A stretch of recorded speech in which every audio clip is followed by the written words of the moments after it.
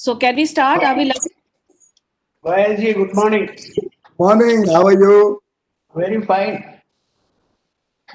Keeping good health? I hope you're taking care of your health.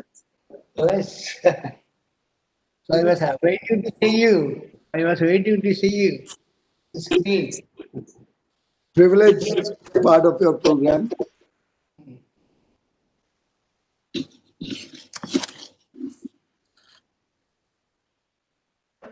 Yes, ma'am, we can start. We are live. Okay. A very good morning to all. I am Shilpa Mishra Ghosh, Assistant Secretary General FICCI, and I welcome you all to the global virtual conference that is being jointly organized by FICCI and SRM Institute of Science and Technology on the theme, The Emerging Economic Scenario, Identify and Create Competencies. It is my honor and pleasure to welcome our chief guest, Shri Piyush Goyal ji, the Honorable Union Minister of Commerce and Industry and Minister of Railways. He is joined in this session by Dr. T.R. Parivendar, Chancellor, SRM IST, and Dr. Sangeeta Reddy, President FICCI and Joint Managing Director, Apollo Hospitals, and Mr. Dilip Chinoy, Secretary General FICCI. We also have with us the Vice Chancellor, Professor Sanchetti, advisor to SRM IST, Dr. Raghavan, and other leadership team joining us in this session. Friends, impact of COVID-19 has been devastating world over, destroying the economic and social fabric, disrupting the labor market trends, jobs, and skills requirement. Further, the current crisis is twined with already visible impact of Industry 4.0 related disruptions. Demographics, deglobalization, and environmental impact adds to the complication, leaving all of us in a world full of uncertainties. According to the World Bank June 2020 Global Economic Forecast, the global economy will shrink by 5.2% this year. That would represent the deepest recession since the Second World War, with the largest fraction of economies experiencing declines in per capita output since 1870. In such a scenario, preparing the workforce for the 21st century society will require reimagining the traditional education model and adopt cutting-edge teaching practices to prepare our young to live in a complex, multidimensional, and global society. The future has arrived sooner than anticipated. It is time to push the pause button, introspect, and reinvent the future. The theme of this conference, the emerging economic scenario, identify and create competences, was crafted keeping this paradigm shift in sight. I'm happy to share that conference drew tremendous traction among stakeholders with almost 1,600 registrations that include 300 CXOs and senior leaders, 1,200 academicians, researchers, and policymakers. There are more than 100 academics registered from 41 countries, including USA, UK, Japan, Canada, ASEAN, and Eastern Europe countries. More than 500 plus scholars and students have registered in the YouTube, and this number will keep increasing during the day. Without further ado, I would like to invite Dr. T.R. Parivendar, Chancellor, SRM Institute of Science and Technology, to deliver his welcome address. Good morning to everyone who is involved in this conference. I am given the opportunity of welcoming the participants. Let me start with my welcome address. Honorable Minister of Railways and Minister of Commerce and Industry, Shri Piyush Goyal ji, Honorable Minister of Human Resources and Development, Shri Ramesh Pokhriyal ji, Dr. Sangeeta Reddy, President, Federation of Indian Chamber of Commerce and Industries, and Joint Managing Director, Apollo Hospitals, Sri Amit Kair, Secretary, Department of Higher Education, Professor Tan Yen Che, President, National University in Singapore, Mr. Bhavan Das Pai, Chairman, Manipal Global Education, and other members who are going to be in the panel list and deliver lectures. It's a great privilege and honor for me to welcome you all and addressing the conference jointly arranged by Federation of Indian Chamber of Commerce and Industries and SRM Ministry of Science and Technology. Having started on the initiation of Mahatma Gandhiji in the year 1927, the Wiki has given human service to the country with its more than 2 lakh members. Its long standing in the field of commerce and industry proves its success. It also working closely with government policy bodies in an advisory role. SRM Group, in its long existence of 52 years, the field of education provides opportunity to qualify in technology, medical sciences, and humanities. At any point of time, 75,000 to 75,000 students are there in the role, in the group, of which 52,000 students are from our own university. This education group manages one deemed university having off campuses at NCR Delhi, Chennai, and Trichy, apart from managing 3 state universities in Andhra Pradesh, Haryana, and Sikkim. The conference was originally planned earlier in the month of March when there was no trace of COVID-19, inviting thousands of participants physically to discuss and deliberate on the emerging economic scenario, identity, and create competencies. However, we have managed to conduct this conference in the odd period of time by virtual mode.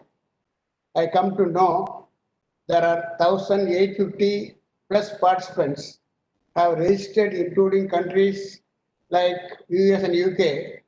I'm told like 41 countries have participants are there.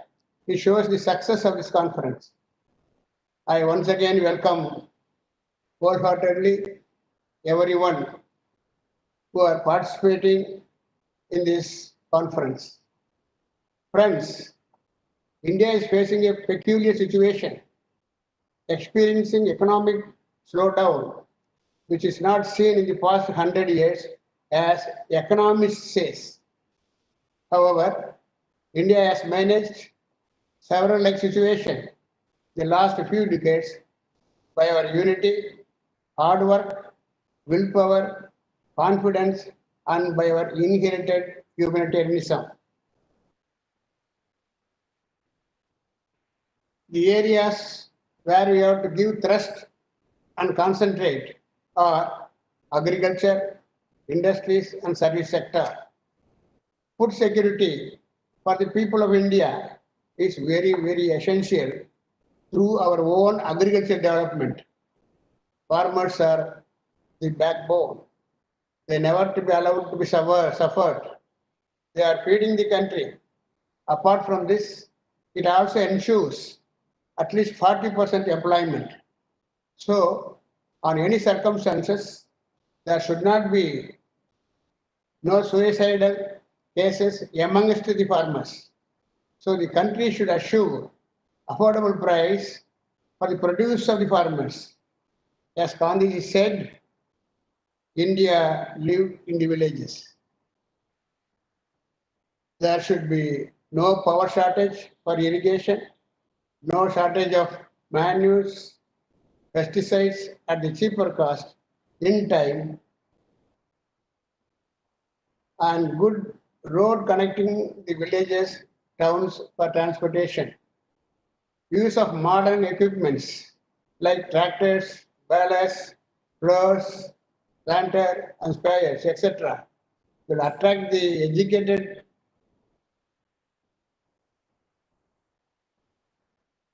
youth to come into agriculture, because this will reduce considerably the physical strain. To advance the country, to march forward, large, medium, and small scale industries are indispensable. India is giving attention in establishing big industries for manufacture of steel, cement, motor vehicles, and two-wheelers, etc., which give the strength for the nation and self-reliant. Employment and job creation are mostly met out by the medium and small scale industries. They should be encouraged by providing soft loans, term loans, uninterrupted power supply, and giving concession in GST and other taxes. Importing defense equipments. Importing defense equipments.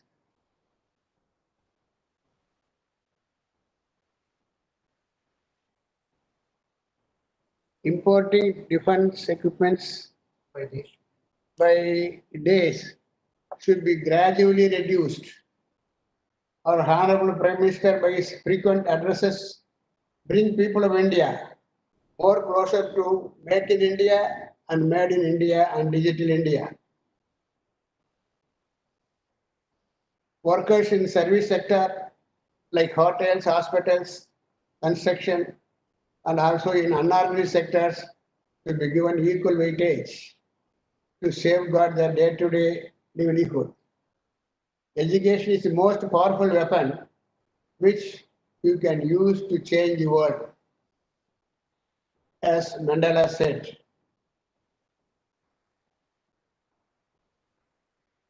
Let not born if not educated. It's a version by Plato, Greece philosopher. The above quotes point out the importance of education. Education in different lines like technical, medical, and paramedical plays a very vital role to provide required human resources. At present, there are 945 universities, 40,000 plus colleges are there in our country for higher education. Due thrust should be given to produce highly talented professionals in different fields. Hospitals, nursing homes are to be provided with some special support so that they can import state-of-the-art medical equipment and also to do research. To compete globally, research is the guiding star for which liberal funds should be provided by the government, and certain percentage of profit earned by the industries that should be spared for the institutions for research. Of course, academia and industry are two sides of the same coin. In recent years, we have come to seriously realize the potentials of collaborations and disadvantage of staying apart. It's worth mentioning that more than 8,400 SRM students placed in the campus in the different companies, more particularly software companies, the last academic year. In recent times, software companies are giving relief for the unemployment problems. They must be supported. The fate of this country is decided by the quality education and research, where India is lagging for want of more funds. The following data will level this point. For example, Norway allots 6.4% of the GDP for higher education, and New Zealand 6.3%, UK 6.2%, America 6.1%, Germany 5.3%, whereas India 4.6%. We have to go a long way. The root cause of the quality education and research will go by the liberal funding as shown above, as informed above. At the juncture, the country cannot ignore the family planning, which is need not to be ignored. It is a need of the hour, because more the population, more the consumption, and more productivity should be happen. So it makes time. So nothing wrong to have family planning. So it's really a gracious moment for me to share a few thoughts of mine in this conference as an academician and a parliamentarian. I was trying to point out that the FICCI has a very vital role in enlightening the government to plan budget and allotment of funds in different areas. And I am sure that the FICCI is doing its job very well. I look forward in the tenure of the present president. Many things will happen that will comfort the industry and also solve the unemployment problems. Thank you very much for hearing my speech. I once again welcome you all. I wish the conference all success. Thank you, Dr. Arivandar, for your welcome address and articulating the close connect between economic development, education, and research. Our sincere gratitude for collaborating with FICCI on this very important subject. May I now request Dr. Sangeeta Reddy, President FICCI and Joint Managing Director, Apollo Hospitals, to deliver her special address.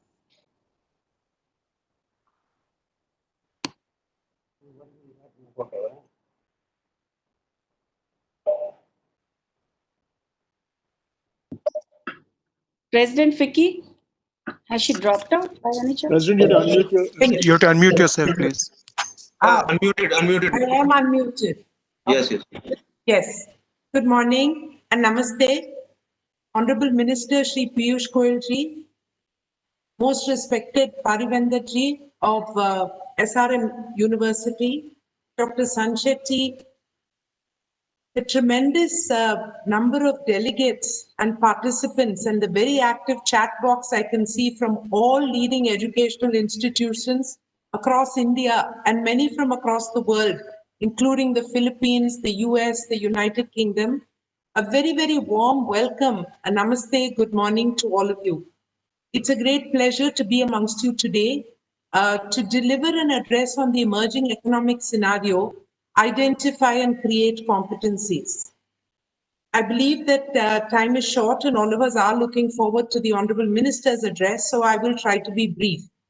The team at FICCI, the Secretariat, the Secretary General, Assistant Secretary General Shobha, over the years have done a tremendous job to build up the competency, capability and relationship, as well as the deep insights in the education sector. Now more than ever before is a time for us to review the skill sets we have, understand, evolve, grow, and then make this one of the significant foundations for the transformation which is happening in India as well as across the world. But coming back to the economic scenario, we cannot ignore that the COVID-19 pandemic is a humanitarian crisis that continues to damage lives and livelihoods across the globe. And the economic fallout has been significant. The US GDP fell by more than 5% in the first quarter of 2020, despite the tremendous fiscal inputs which were given. The European governments are attempting a phased reopening, but over 30 million people in Germany, France, UK, Spain have applied for state support for their wages, and their economy has contracted more than 3.8%. It is estimated that for the overall year, EU economic growth could contract by 8.3%, if not further. Uncertainty about the length and the depth of the health-related crisis are fueling economic perceptions of risk, volatility in the financial markets, and definitely impacting corporate decision-making and hence the economy at large. In addition, uncertainties regarding the global pandemic and the effectiveness of public policy intended to contain its spread and prevent the second wave of infections across the globe, the lack of a cure, the fear about the time it will take to find the vaccine. All these are fueling uncertainty across the globe. India's industrial production also plunged by 16.7%. In manufacturing, the Purchase Managers Index, the PMI, a predictor of near economic recovery, contracted by a record amount in April, improved in May, but in July is staying flat. Market capitalization also declined significantly in India from December 2019 to May 2020, partly as a result of the net outflow of approximately $5 billion in foreign investment. The current crisis is twinned by an already visible impact on Industry 4.0, and the workforce of this 21st century will require rethinking the traditional education model, and we must adopt cutting-edge teaching practices to prepare our young to live in this complex, multidimensional, and global society. In this context, the theme of the virtual conference, the emerging economic scenario, identifying and creating competencies, is apt, relevant, and I commend all of you for participating, because education is indeed the foundation for the economy. COVID-19 has fundamentally redefined the new work order, and while people are saying that work from home is also living at work, various innovations from telehealth to robotic process automation, from online classes to virtual internships, technology transition is reshaping the way consumer behavior patterns and business models, and hence the world. At the same time, we are learning new skills, social distancing policies, methodologies to sanitize, fumigate, and stay safe despite the crisis. It's altering the way we work, the way we perform. In manufacturing as well, and social sectors, education and skilling are also hugely impacted. And it's important to note that over 220 million students of universities and other tertiary education institutions in 175 countries have had their studies ended or significantly disrupted. While the global education landscape is undergoing a dramatic transition, and in the presence of so many educationalists and the Honorable Minister, I propose a new thought. If students cannot go back to schools abroad in September, can international global universities reach out to Indian universities and create a new age of partnership?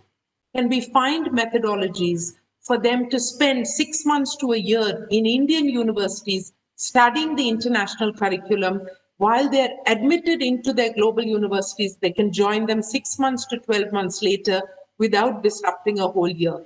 I think this is something that we will soon be having a global and national universities meeting to seriously discuss this. And I put this forth to the Honorable Minister to please find the methodologies for us to get permissions, sanctions, and capabilities. So this will create not just a continuity in the lives of the young students, but new business models and new methodologies of partnership will emerge with global universities and Indian universities.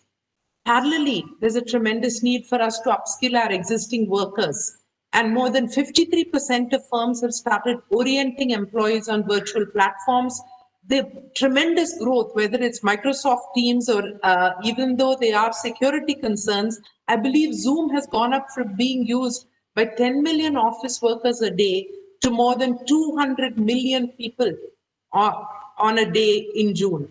So these kind of significant changes are going to require high-level cognitive and socioeconomic skills, which are characterized by non-standard tasks.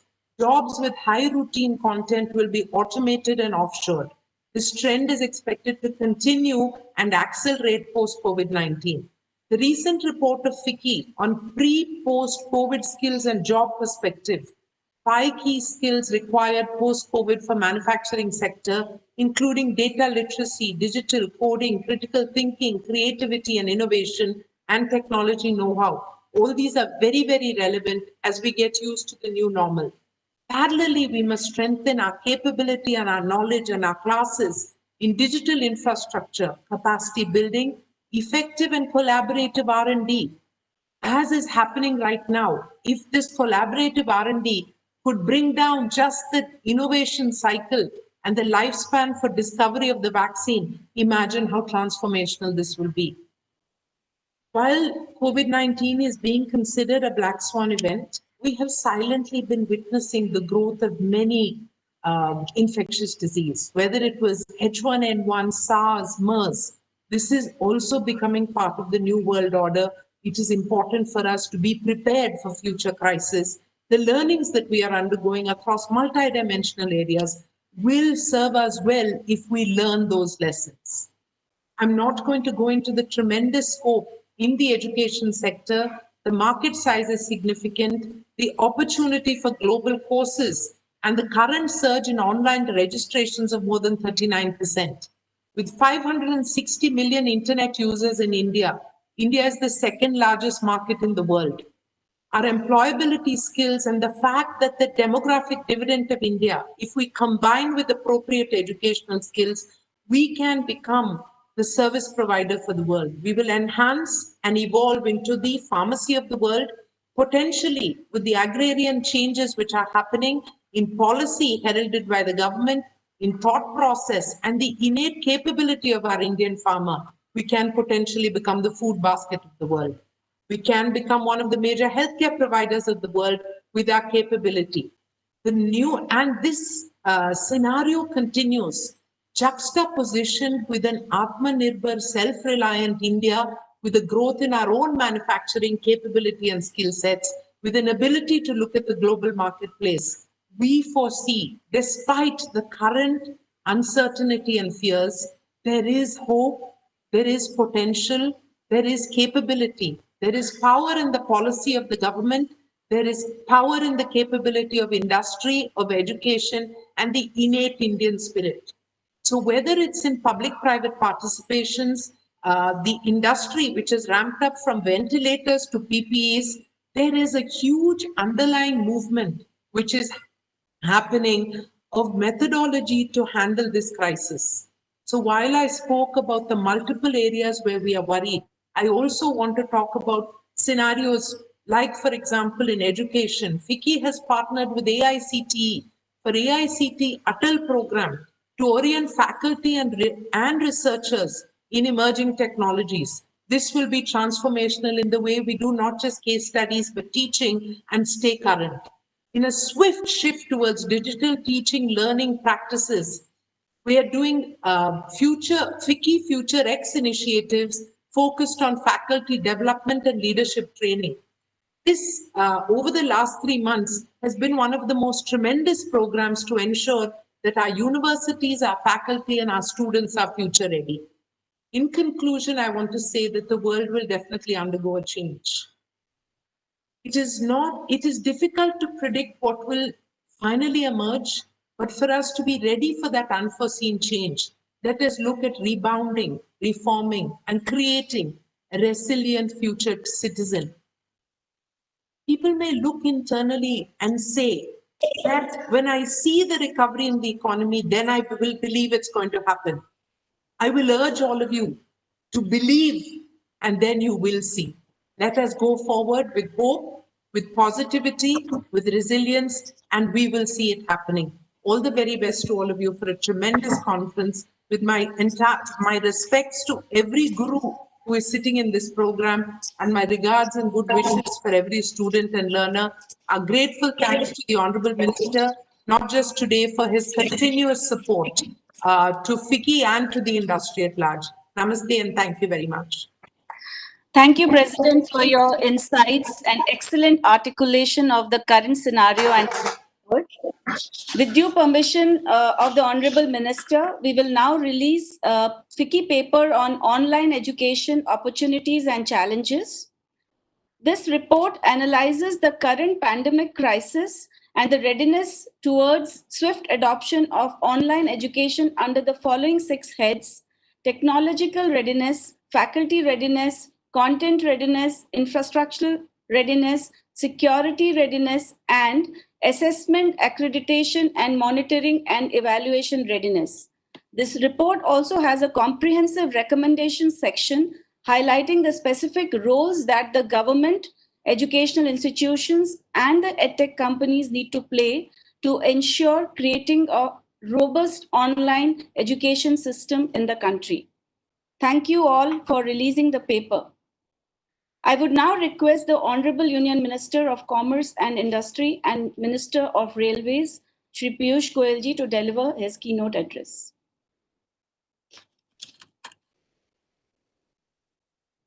Dr. T.R. Parivendan, Chancellor of SRM Institute of Science and Technology, Dr. Sangeeta Reddy, the President of FICCI, Shri Sandeep Sancheti, all other distinguished participants from across the globe who have joined this virtual conference on the emerging economic scenario to identify and create competencies that India has or can develop. Ladies and gentlemen, at the outset, I must compliment FICCI for releasing this paper on online education in India, the opportunities and challenges ahead. It'll be a good starting point both for policymakers and for educationists and industry across the country to reassess their competencies, their way of working, and engage with the best that is available across the globe. Clearly, technology is going to decide the economic destiny of India going forward. And so it has been ever since the Industrial Revolution 1. It has transformed nations, it has transformed economies, it has transformed the way you and I live. And it happens very rapidly. Doesn't give you much time or scope or chance to be lazy, to go slowly down this path. Sometimes it's not noticeable on a day-to-day life, but its impact is deep. Its impact affects all of us. And I'm glad that FICCI has partnered with SRM IST to deliberate on this very important subject, take it to the academic leaders and policymakers, not only in India but across the world, initiate a dialogue around this very important subject and hopefully come up with outcomes that will help us in the post-COVID world, significantly changing the way we live, study, work, and the way the nation progresses. In fact, the only way to remain competitive in this very, very highly globalized world is to harness new and emerging technologies, reach higher levels of production, productivity, expand to become more competitive. And the new technologies that we are talking of today are happening right here and now. They are not going to happen in the future. Every single day lost is a day gone. Every single moment seized is an opportunity in your hand. Today, when we talk of big data, that big data is available, but it's only as good as you analyze that data. Unless you use these tools of artificial intelligence, robotics, blockchain, Internet of Things, engage in data analytics in a big way, what good is big data? And to my mind, this rise of technology is not a bad thing. It's not something that we should shy away from. It's something we should engage, something we should adopt, something which should be a part of our day-to-day work and effort. Frankly, it should be a passion of each one of us to engage with technology, to learn from technology, to innovate, to bring newer and newer ways of living and working and studying. Technology should drive our thoughts in this globalized atmosphere, because rapid technological innovation and adoption will not lead to job losses in the aggregate. There may be a reskilling required, a retooling required. Jobs of a certain sector may need to be reoriented to jobs which are future ready. But on the aggregate, my belief is that we will add to jobs, we will add to work opportunities, and technology is truly a powerful tool to help democratize development, progress, and prosperity, because it will lead to social and economic equality. With the kind of spread of communication tools and the very fact that all governments, many businesses, many academic institutions have continued to function, if I may venture to suggest, more efficiently than ever before in certain areas, it's because of engaging with technology in a big way. And therefore, I have kept my talk centered around technology, because I believe with the kind of, I saw the chat box also, and I realized that we have some very, very eminent academicians on the call. We have some very passionate believers in the future on this conference.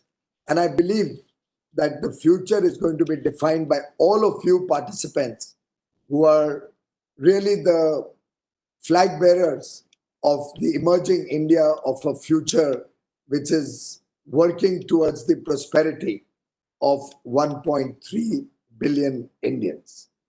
In fact, if we look at historical examples, look at Germany, look at Singapore, many other nations, the US today is growing, is prospering on the strength of research, development, and innovation. In fact, it is the lack of effective technological interventions that has probably triggered inequality in certain parts of the world. But we should be willing to learn from the example of others. Technology adoption can be phase-wise. We need not have an overload overnight. We need to prepare the nation. We need to skill our people to absorb technology. And with this rapid skilling program, we can bridge the gap between the haves and the have-nots, between the technologically savvy and those who have remained deprived of modern technology for years and years in the past. New economic activities, new opportunities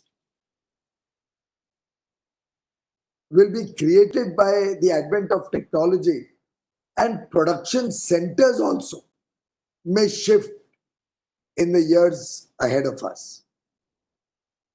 The Institute and FICCI sent me some information, some of which was very, very interesting and an eye-opener, which I would like to share with you.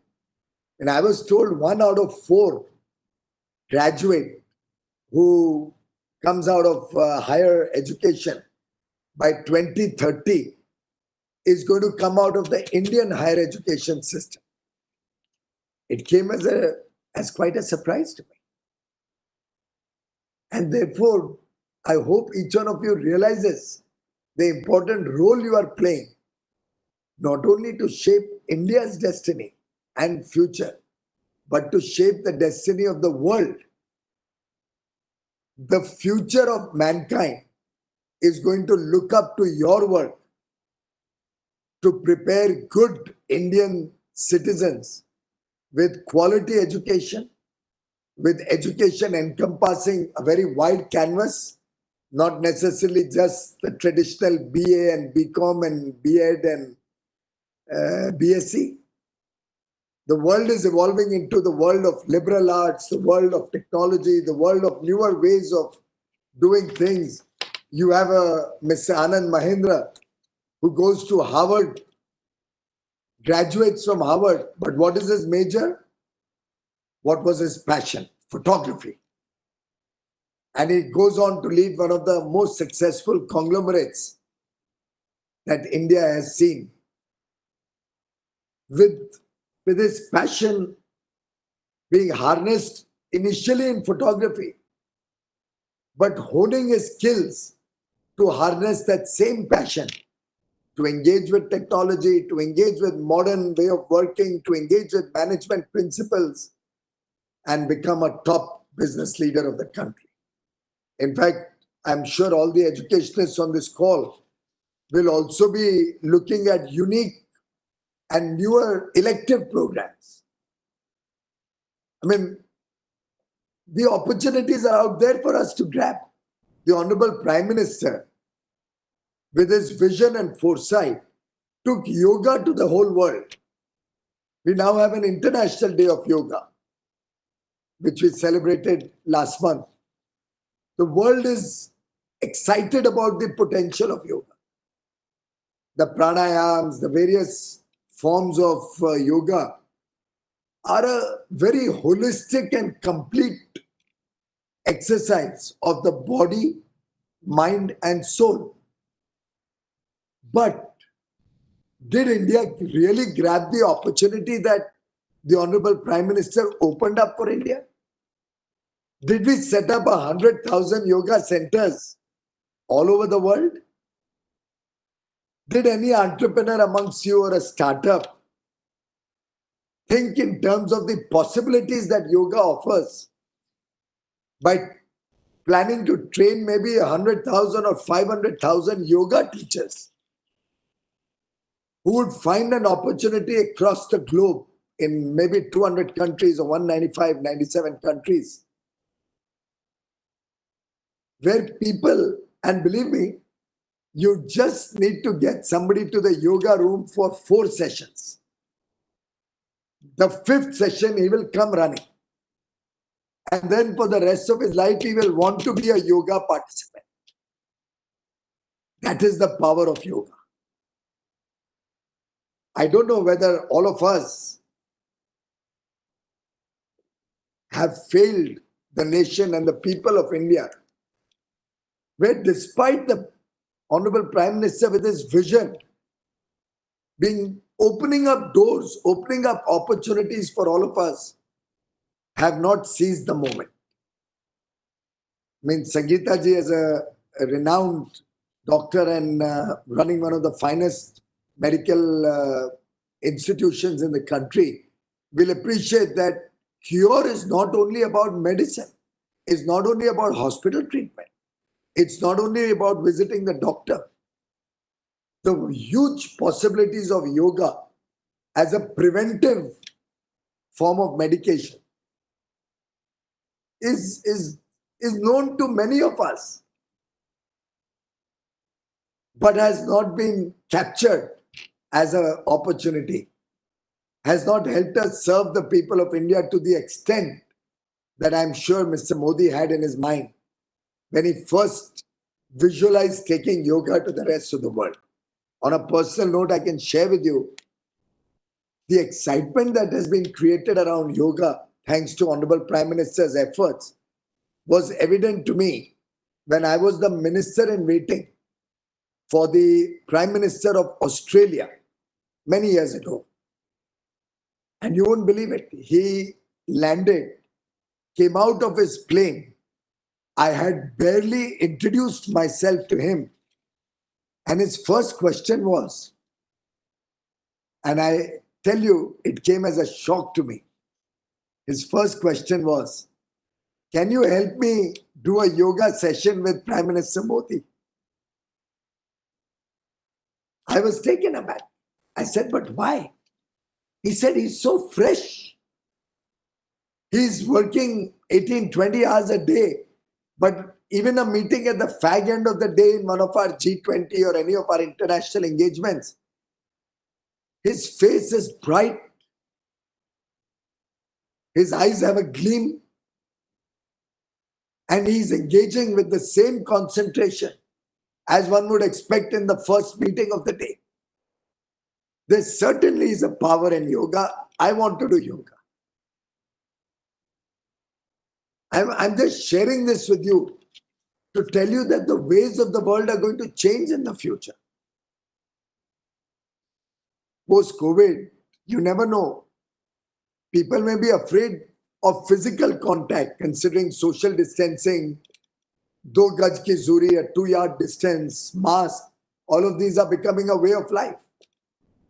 When you're not going to be willing to look at social contact or touching, now with the world also accepting namaste as the form of greeting, do you realize that you're not going to be very comfortable going to medical practitioners for your common cold and common illnesses? So why not you look at preventive methods? A good pranayam session in the morning can actually ensure you don't get, the common diseases that one hears of, cold, flu. It just cleans up your whole system. It helps you prepare your body and your mind for a much more active day ahead of you. But we lost. But I don't think all is lost. I still think if some innovative youngsters were to plan to take this to the rest of the world, India can become a powerhouse providing this technology. And it's a scientific technology. Every aspect of yoga, every asana teaches you something new, teaches you how it impacts your body and your mind and your soul. And why I've taken this example only to share with you that disruption need not always be technological. Disruption is not only coming out of our computer screens. Disruption will come out of a variety of ways. It's for us to see whether we are willing to engage, whether we are willing to offer to the rest of the world India's traditional strengths, while at the same time acknowledging and accepting good things that we can learn from the rest of the world.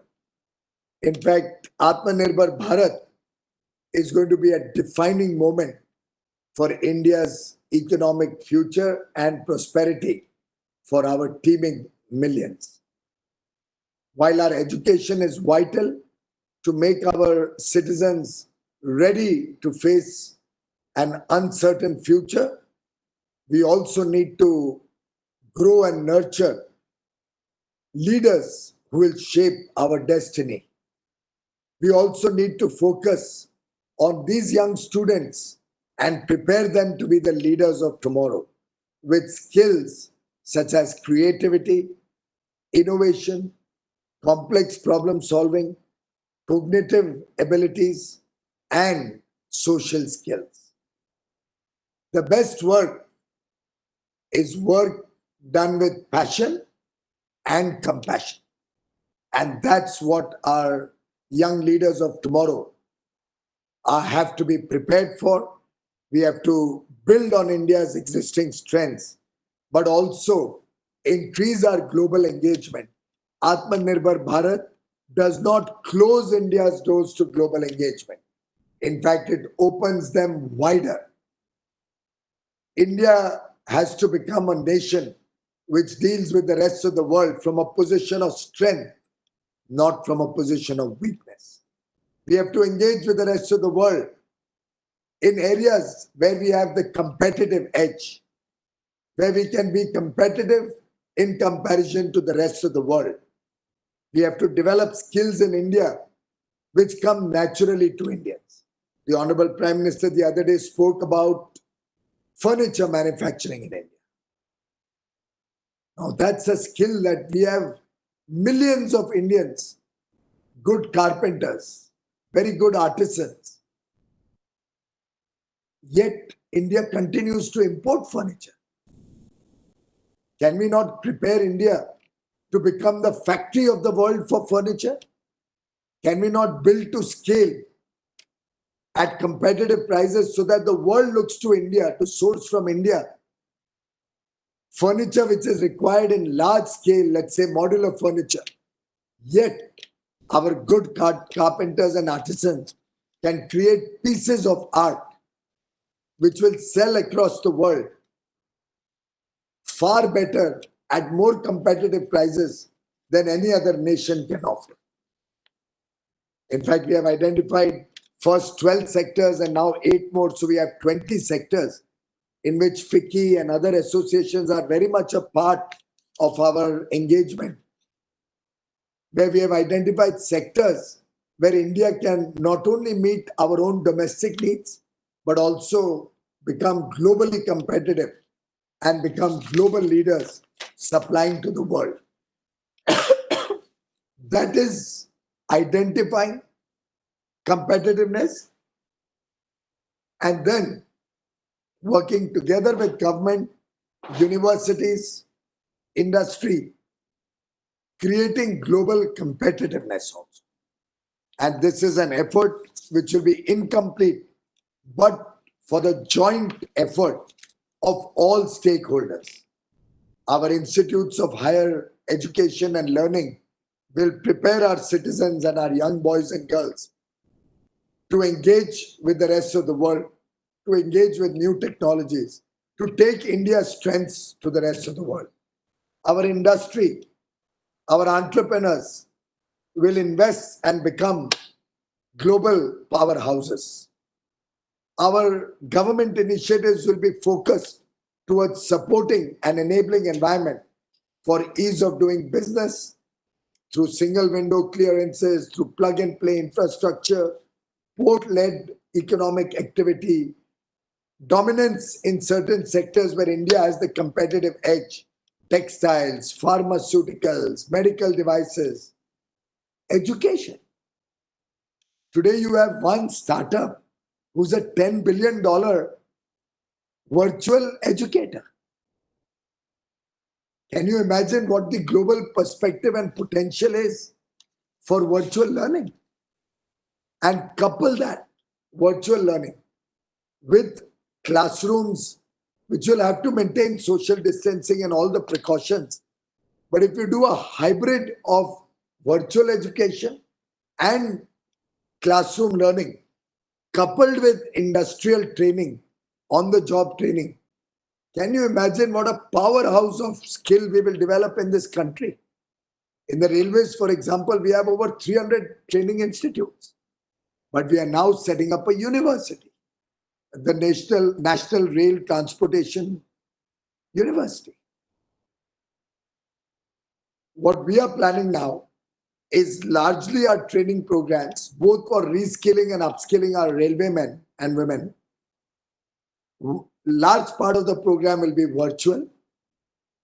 Some part of the program will be in the classroom, maintaining social distances and all other precautions. And then a large part will also be through on-the-job training. Now, can you imagine the person who comes out of this combination of all three, how well skilled and how well developed he will be for the development of a modern railway system in India to meet the needs of the passengers and for movement of goods for industrial and economic development. As Michael Porter had said, national prosperity is created, not inherited. And ladies and gentlemen, you and I are the creators of our future, of our destiny, of our prosperity. You and I will have to work together to make India that powerhouse of technology at competitive prices of world-class quality. You and I will have to develop the capacity of industry to innovate, upgrade, You and I will have to work together to prepare our citizens for a brighter and better tomorrow.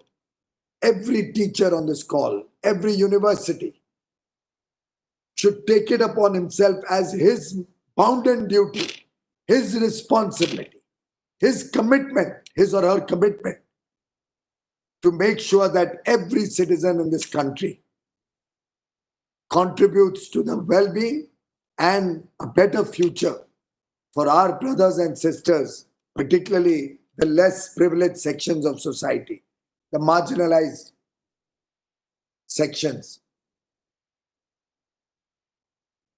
To my mind, we are providing corporate leaders to Fortune 500 companies. The world's top companies today have an Indian at the helm of affairs. I think we will, going forward, provide talent and provide skills, not only for India, but for the entire world. We want a competition in the whole world, vying for Indian talent, desperate for our Indian boys and girls. That should be the situation that you and I will work for. We have huge potential. We have to harness that potential. We have huge skills. We have to channelize that skill. We have huge passion in our young boys and girls. We have to give that passion an opportunity. We have well-meaning individuals with great compassion for our brothers and sisters. We have to encourage that compassion. And I have no doubt in my mind that with this collective effort of the academia, government, associations and organizations, institutions, and the people at large, we have a very, very bright future for India, waiting in the wings for us to fly. My best wishes to each and every participant on this very important conference. My best wishes to FICCI. My best wishes to SRM IST, to Dr. Parivender, the Honorable Chancellor of SRM IST, to Dr. Sangeeta Reddy, President FICCI, to all the other participants. This must be one of those rare occasions where, as the conference progressed and as I was speaking, the number of participants have kept going on, as I am seeing on the screen. But I do hope each one of you will go away from this conference at the end of the conference, after all the deliberations, re-energized to reinvent your future, the country's future. My best wishes to each one of you. Thank you very much, ladies and gentlemen. Namaskar. Thank you, Honorable Minister, for your very passionate and insightful remarks. And as you have suggested, the following two sessions are actually going to be deliberating on the new world of work, as well as the new age industry academia engagement that will be required to fulfill the vision that Honorable Prime Minister and your good self has. And I'm sure each one of us here is extremely enthused to join that journey of fulfilling the Atmanirbhar Bharat's vision. Sir, I also want to take this opportunity to thank Ministry of Commerce, which has been supporting the FICCI Higher Education Summit now over 4 years to promote Indian education globally. This we do every year in the month of November. And it's a great opportunity, sir. Thank you so much for the support. On behalf of FICCI, I would also take this opportunity once again to thank SRM Institute of Science and Technology for engaging with us and supporting us in organizing this conference. I would also like to thank all the participants who have joined and who are going on joining, from both India and abroad. Thank you so much, sir. With this, we come to an end to this inaugural session. However, we will immediately move into the next session, that is the new world of work session. And may I now invite Mr. Pranjal Sharma, economist, analyst, and author, India Automated, who is going to be moderating this session. And the session panelists with us are Mr. Vijay Sahu, President HR Reliance Industry Limited, Mr. Arjun Jain, CMD Intellect Design, Mr. Anurag Malik, Partner in India Leader, Workforce Advisory, Ernst & Young, Mr. Hemal Shah, Senior Vice President and CIO, Dell, and last but not the least, Mr. Lokesh Mehra, Head AWS Academy, South Asia, Amazon. Over to you, Pranjal. Shobha, 1 minute. I just want to thank the Honorable Chancellor, Dr. T.R. Parivender. Namaskaram. All the very best and happy for this participation. And welcome all you panelists. Have a wonderful conference. Thank you. Thank you, President, for your support.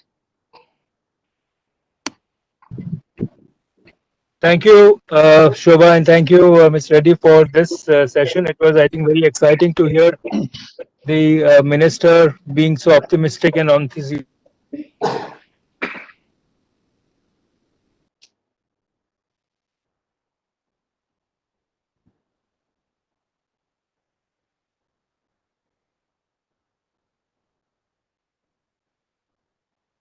It was always felt even before COVID, but I think the situation today with COVID has accelerated the change to a level that we really have to make an effort to prepare.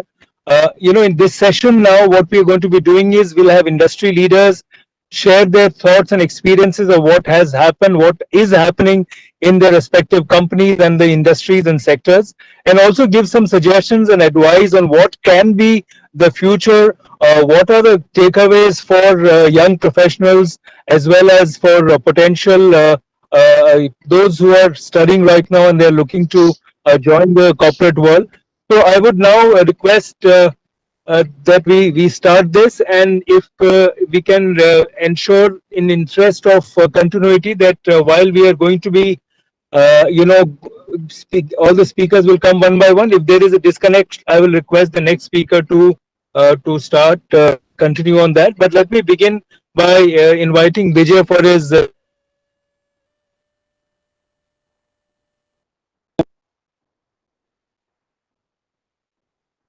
Good morning, Vijay Sahir. Thank you, Mr. Sharma. Thank you, Fiki and other panel members and the audience and the SRM Institute. Actually, more than manufacturing, I deal more with the technologies and consumer businesses. I'll broadly touch a few points. So what actually I have been observing that certain things have become new normal. We are, as we are talking, we are operating from home. Offices are closed. Factories are operating. But the business is going on. The business is going on. Sometimes it is actually better than before because of the digital and essential services like consumer businesses, retail, etc. It looks like it's a new opportunity for new industries. So that is actually from the perspective of our company in regard to taking care of colleagues and all the kind of ecosystem we have, led by our chairman. We have taken very special care in terms of prevention of the disease and in terms of if there is somebody infected, affected in our ecosystem, whether employee, vendor, partner, we are supporting them in terms of healthcare, cure, and coming back to work. So that's actually about the company. Larger issue, I thought, like, since it's an opportunity to share my own personal thoughts, I thought I'll take this chance. I was listening today, the speakers, earlier speakers. It actually personally bothers me when I was, when I keep thinking in 1980, our GDP and China's GDP were almost same. And 2020, there are 5 times of us. What made that difference? Most of the things are actually in the space of technologies.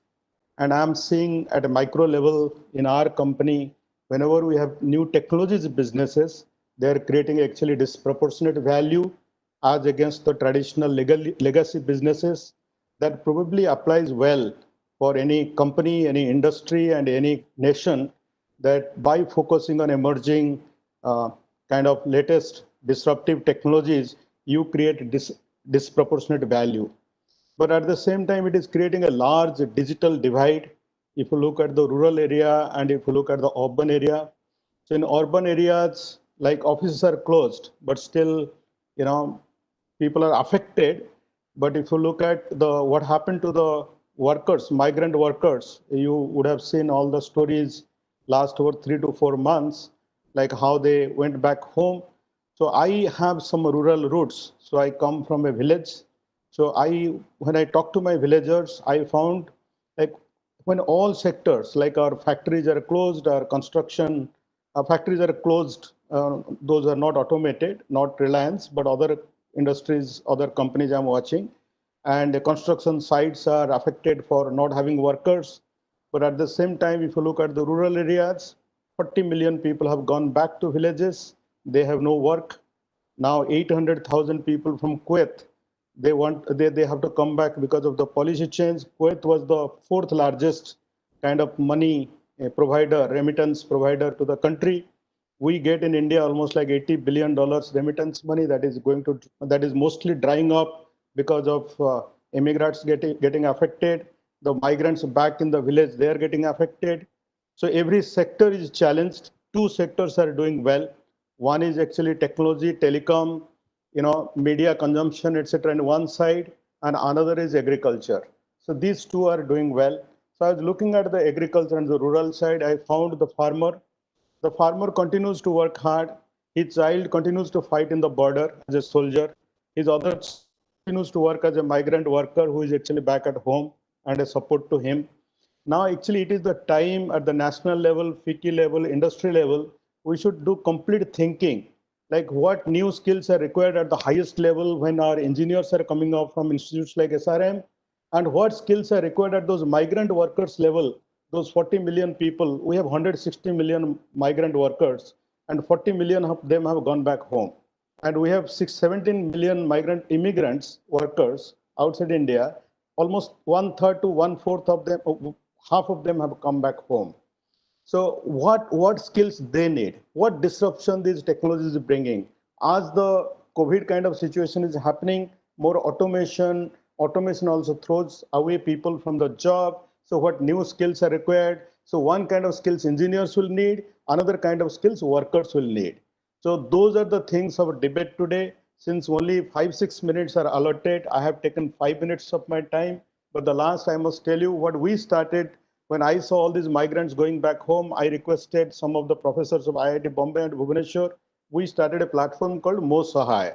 So we have by now kind of enrolled over nearly 2 million migrants. So those migrants, we are trying to actually do the skills mapping and which all industries they can go back and work, whether construction sector, manufacturing, all those sectors which are emerging as jobs, new jobs. And there we are finding the skills gap and what are the reskilling required in view of the new situations. So the skills, like Honorable Minister said, it's just not the physical, infrastructural or technology skills, but also the skills in terms of how to take care of health, how to work in kind of COVID situation. So those are the things when we are talking to migrants every day, we meet and talk to some of them. We have got the demand of 150, 160,000 people in the demand side. Supply is 2 million already we have identified. And there are like 100 volunteers are working, IIT Bhubaneswar, IIT Bombay professors, professionals, students. So those of you need people at different levels, but more so from the rural area, you are welcome to visit Mo Sahai site. That is my personal kind of passion. Thank you so much. I don't want to take more than 6 minutes. Thank you, Vijay. I think that was very efficient, and also the focus on migrants is so critical. It's important that large companies like yours are equally sensitive to the needs of the informal sector, the blue collar, as well as, of course, the white collar professionals. I'd now like to invite Mr. Arun Jain to share his thoughts. Good afternoon, everyone, or good morning as of now. And I was listening to the conversation made by President of FICCI, then Honorable Minister Piyush Goyal, and Bijoy, his comment on migrant worker. I think this is any big change brings a new set of crisis, a new set of opportunities. And after the World War II, the Russia, where 20 million people got killed in World War II, sent man on the moon in next 14 years by 1959 from 1945. So it's a great opportunity for us to reflect back what competency we require for the new world. One of the competency which I proponent is design thinking. What is design thinking? I think competency is to identify the sharp opportunities in the marketplace, and that marketplace is not India. This marketplace is a global world. It has a 7 billion population for which we need to identify a sharp opportunity, because sharpness of the opportunity will be there, and then build up a systems to scale it up 100 times, 1,000 times, 100,000 times. So these are two basic requirements are there. So in design thinking, what we are looking, Silicon Valley, which has taken advantage over the Boston economies earlier, is because of design thinking they introduced sometime in 1992 over the MBA. So in education system, there is a significant change of bringing design thinking as a part of the whole curriculum. And that design thinking, when we applied in Intellect internally, we found our products are #1 in retail banking, #1 in wholesale banking in the world, not in India, but in the world, our products are #1 in this year. In just 7 years, we are able to bring our product to #1 status in a competitive global economies. And what is the laws of design thinking? It's the last 2% is equal to 200% value. We do 98% products are similar in the world, whether Chinese product or global product, Korean products. Last 2% makes a huge difference to the scalability. Apple phone, we pay 3 times the pricing. Second law of design thinking is less is more. Less number of product, but 7 billion people. Market, 7 billion people. Education is a global education. Go to everybody in the world and do the education. So don't look at with the digital channel available, there's no difference for me sitting in Chennai, sitting in Bombay. There's no difference anybody or somebody sitting in China or somebody sitting in Kenya.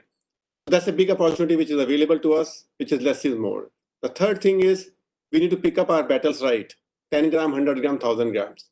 What battles we need to pick up in competency, which is 1,000 gram items. Otherwise, we solve 20 problems, but every problem is 20 gram problem, not 1,000 gram problem. If you solve 2 problems of 1,000 gram, it can make a difference. So these 3 design thinking laws to drive the desirability of the human, to move to the technology as a feasibility, as Minister says that we have a technical people who can make it feasible. We need a business acumen to make it viable, which is already available with us. A lot of people in Marwari, Gujarat, North India, a lot of $10 billion companies are coming. That is the viability. We need to convert mystery of this 900 million people farmer, which is available, what Vijay is touching upon. This 900 million people by putting precision farming, the technologies, to look at how do we look at it, that mystery of that power of the people to the algorithm of problem solving. And for doing that, we need to apply design thinking principle of getting into the customer's shoes, understanding the customer at length, and listen to what he has not said. Not listen to what he said, but listen to what he has not said. Then observing the patterns in the market, the trends in the market, global patterns in the market, the way China, you have mentioned, it has grown 5 times. They observe the pattern. They observe the anti-pattern, what is not working in the world. And then document in a whiteboard in a structured manner. And then you connect the dots and unearthing the blind spots. So there are 3 ways of looking at design thinking as a process, which need to be part of our curriculums for the students as well as everyone. I would say that 3 design systems in a short, because 6-minute time I take a workshop. I have the art and science of design thinking, but the 3 systems are most critical, which we got a benefit in intellect design. First system is system of knowledge cataloging.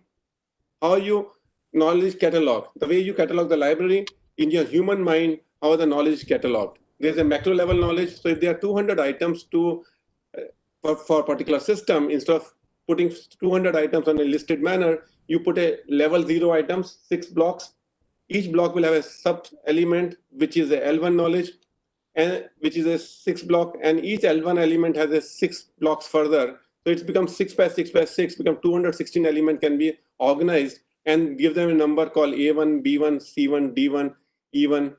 So some numbering is required so that your mind can capture back the knowledge better. Second is a system of dialoguing. Normally, we believe hierarchically in the companies. We do the reviews, we do the discussions. We don't have a system of dialoguing in the organization. I call circle time is a system of dialoguing where we sit down in circle time and every member of the team brings a new perspective to the problem, which makes the problem more comprehensive solution. So last 2% comes with a system of dialoguing.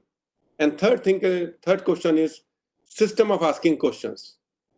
Design system for asking questions. We have very, very hierarchical oriented parent-child relationship in Indian heritage system. We always look at it that we should not ask questions. We need to encourage people to ask question boldly, assertively. And then this question should be effective question to be asked. Sometimes we need to just make it not effective. You ask any question initially, and that is the kind of education system has to be brought in, where we need to train our students to ask questions. And even when the company first year student comes into the company, fresher comes to the company, can he ask a question for clarification? So there are three systems I'm saying: system of dialoguing, and system of asking questions. If these three elements are there, it drives the human thinking much sharper. It drives the thinking of spotting the opportunities better. And once those opportunities are spotted, the right opportunities, whether it's a furniture opportunity or whether Bijoy is looking some other opportunities are there, that will come. And then you have to scale it up by last 2% to 100%. Moving from 98% to 99%, 1% movement takes 2 years of design thinking in a row. So I'll just leave it at that. Thank you very much for giving me the opportunity to speak in such a important forum of FICCI. Thanks a lot, President. Thank you, Arun. I think from a serial entrepreneur like you, these are very, very important thoughts, especially for the faculty and students. I think the key takeaway, of course, is the part about design thinking. But what really also struck me very, very clearly is this concept of cataloging knowledge, because sometimes we don't put enough effort into institutional history. And I think that's absolutely critical for us to look at. And I think it speaks also to what the minister said about changing the way that we educate and changing the way that we create experiential learning for everybody. I'll now invite Anurag Malik to come in and share his thoughts, especially cross-industry perspective in a time where automation is now making a very big impact in almost every sector. Over to you, Anurag. Mute kar do.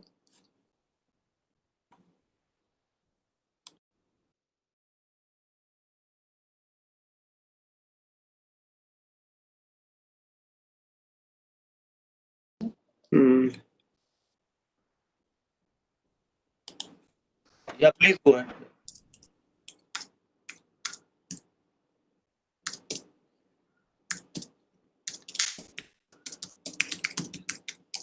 Available on Google or not? Amazon, I think.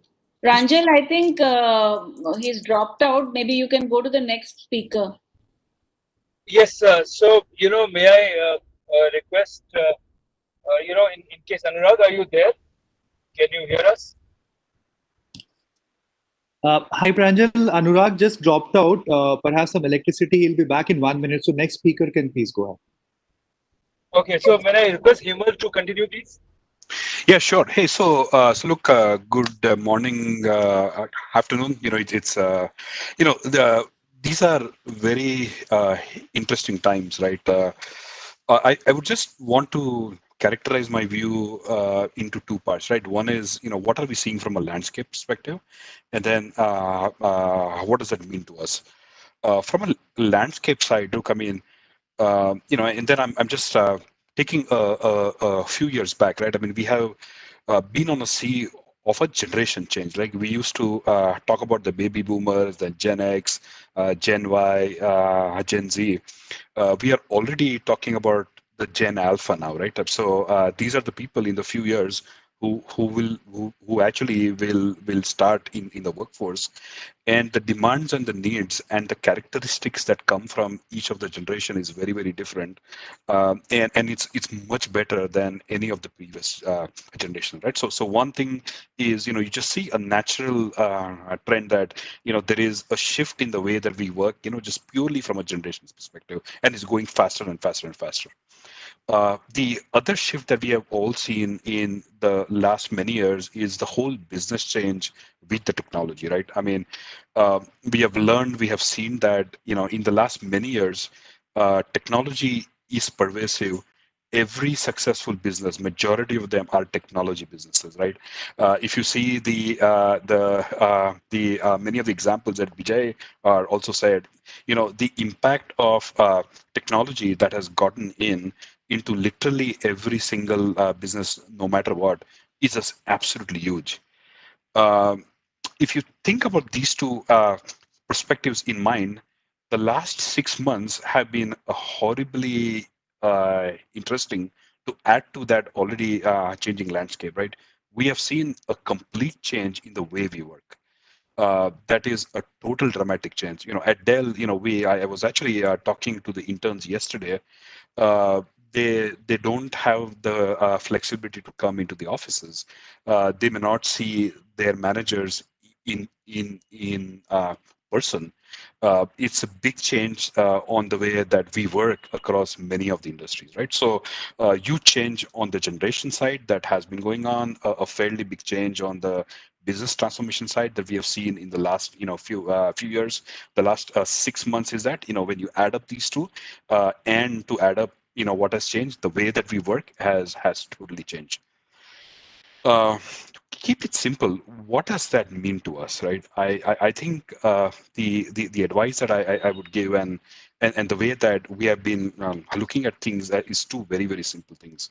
The first one, highly resonated with what Mr. Goel said, and Harun also said, right? Don't just embrace change. Change is, it's not an optional thing. You have to embrace it, but don't just embrace it. Like, lead it, and lead it with a passion.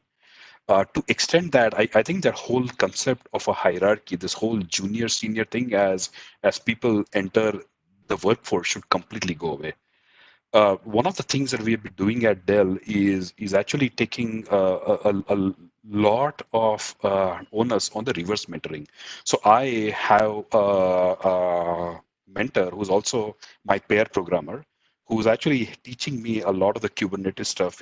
His uh, name is Rohit Das. He came from the university to us last year, and honestly, spending all that time with him, I actually think I've learned so much. And where I genuinely see is that I think the opportunity is in the workforce. You literally have to come into the workforce blurring all the lines as far as any of the hierarchy goes. So don't use the word junior or senior. Most of the highest creative thoughts that we are seeing are actually coming from the people who are just entering the company and who are just entering the workforce. So don't have these fictitious notion about the hierarchy. So that's one. The second thing is what how to think as far as all of the skills goes, and you've seen a lot of the references in today's discussion. I do think things like the IoTs of the world, the AIs of the world, look, I mean, they are the usual suspects. I mean, there is no doubt that, all that stuff will help. But I think, to me, one of the things which is an unusual suspect, and probably the one that I think in the most recent world, especially with the changes in the way we work, is curiosity. The more curious people are, the more they know how to do stuff. Because look, now you're not in, you are in a different environment. Work may not come running to you. You need to see what's happening. You actually, to a certain extent, will control a part of your own destiny. That will help significantly higher if you just hone in along with all the other skills, one especially high skill, which is be curious. That's it. Back to you, Pranjal. Well, I think the key point I like is about skills and the flat hierarchy. In my view, what's going to happen is that skills will be more important than experience, and simply because people who have experience are not really, we don't have that kind of experience simply because those issues have not, the technologies are pretty young themselves. But the technologies are young, you can't expect people with 15 years experience to be available all the time. So hierarchies will obviously be restructured, and I think this is a important imperative for organizational leaders to also look at, simply because the whole process from hiring to retirement will also undergo a huge change, and I think the mindset of organizations has to change as well, and it's not just about the government and skilling, but organizational structures will have to be revamped as well. Now I'll get Lokesh to come into the picture, and Lokesh, you represent a new age industry, so perhaps your thoughts on what is the new world of work. Thanks, Pranjal. I'd like to begin by, sharing a couple of data points. First of all, I think everybody knows that the world population is about 7.6 billion. But an interesting fact in that is about 3.7 billion are connected to the internet. From that 3.7 billion, about 50% reside in Asia itself. And from that 50%, 24% belong to India. Now, some points that I want to put forth is number one, if you see in the industry, the Fortune 500 companies, the shelf life has gone down from 60 years now to 12 years. It implies that if a company like GE or somebody was there constantly for a very long period of time, now that thing is changing very fast. Number two is that the value of a skill has gone down to a max threshold of 5 years. That's the maximum what a student can expect. The third point is like we talked about, the millennial generation, the attention span is typically 8 seconds. So if you're going to talk to them, if you're going to coach them, teach them, their attention span is very, very limited. So they're bombarded by social media, and you need to keep them engaged through quizzes, through anything of that sort. Number four is that today, in a career span of say about 40 years, assuming that the person joins at 22 and retires at say 60, he will change his job approximately 12 times, which indicates that the job span is barely about 3.5 years. And not changing a job like going from one company to another in the same vertical, but the whole career may change. I may go from hospitality to say, plumbing to photography to anything else. So there's going to be a big change in that. So what is the outcome or reflection from all of this? First of all, there is exponential disruption which is happening. Number two, change is double.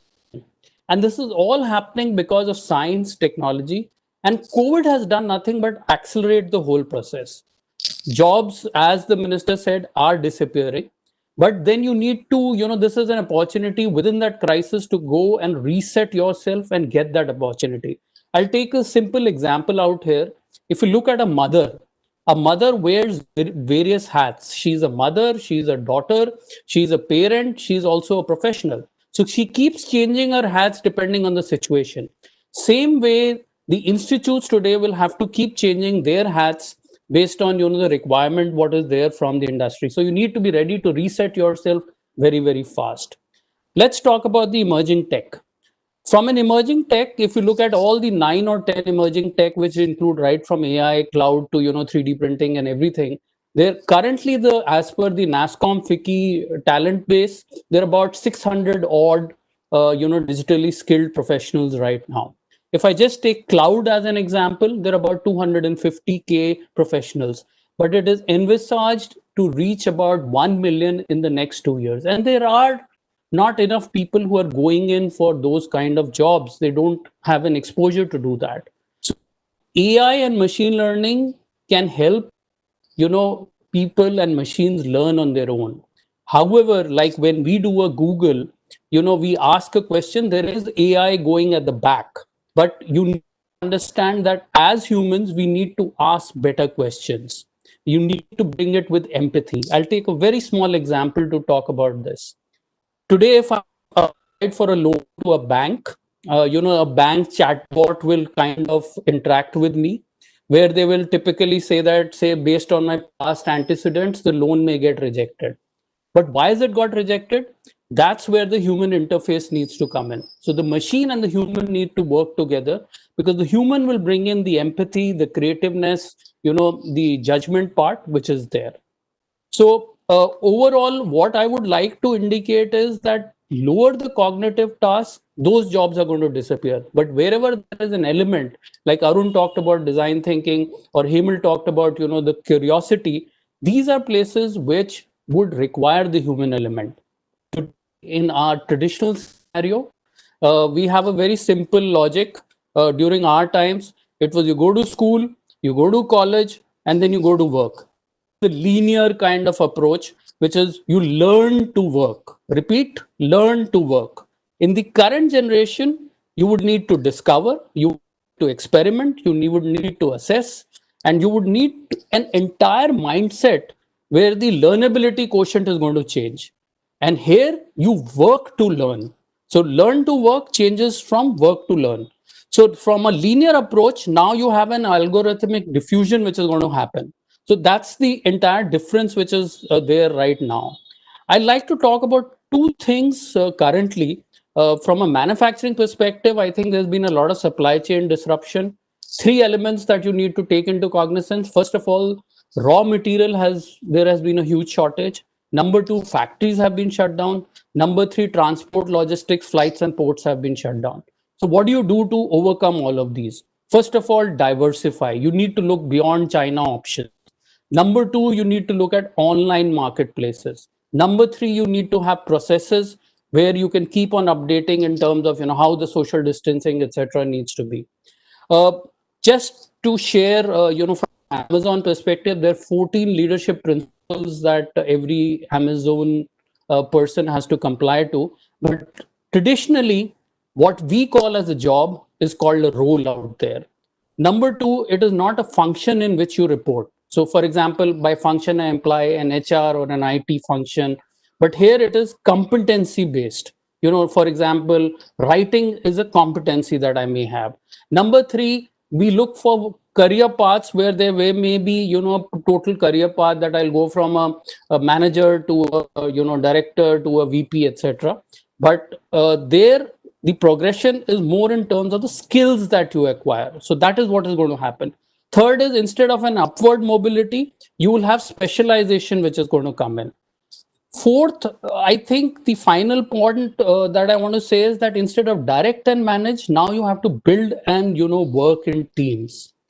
To summarize, what I would like to indicate is that, look, emerging tech are here to stay. But from the students' perspective, what I would recommend all the educators is give the opportunity for your students to fail and then adapt, stand up, and grow. That tenacity has to come in, because the minister talked about passion and compassion. I feel success is dependent on chances and choices. So back to you, Pranjal. Thank you very much.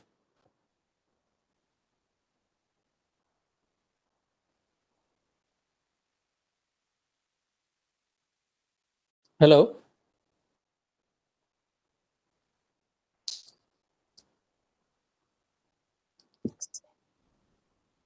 Pranjal, are you there?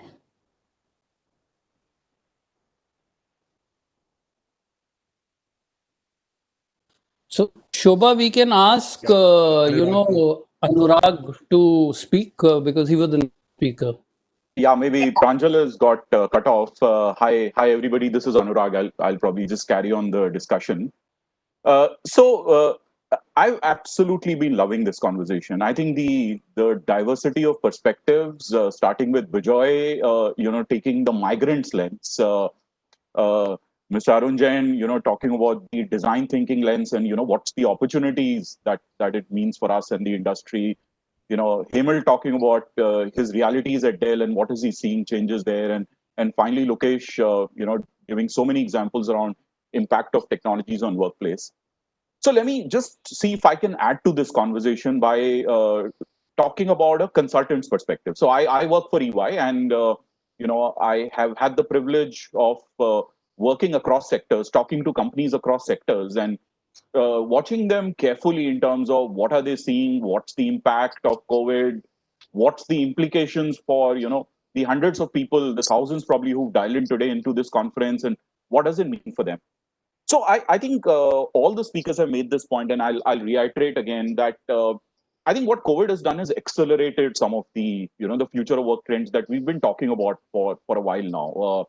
The discussions we've been having about the impact that technology and automation will have on jobs, skills, and ways of working. There is no doubt about it that there is an incredible amount of conversation today about impact on jobs. Which are the jobs that will disappear? How much? Given the challenges, will it get accelerated? What is the number? But I think what we could probably do is to take a forward-looking view that given what's been happening in the business environment, and given what COVID has done, what are the big trends and what are the takeaways from there? The number one trend I'll pick up is around remote working. And while some of my co-panelists did mention it, let me dwell a little deeper, because I think at least in the short to medium term, there is a very significant implication. Now, as I go talking to companies across sectors, almost interestingly, every sector, almost every organization has figured out a way of working 90, 95, even 98% remote. I mean, 3 months back, some of them used to say that X jobs, it's impossible to work remote. A majority of those jobs have moved remote. Now, as hopefully lockdown eases up, things start hopefully going back to normal. The big question that organizations are asking is, what is the percentage of remote working that we want to institutionalize? There are some great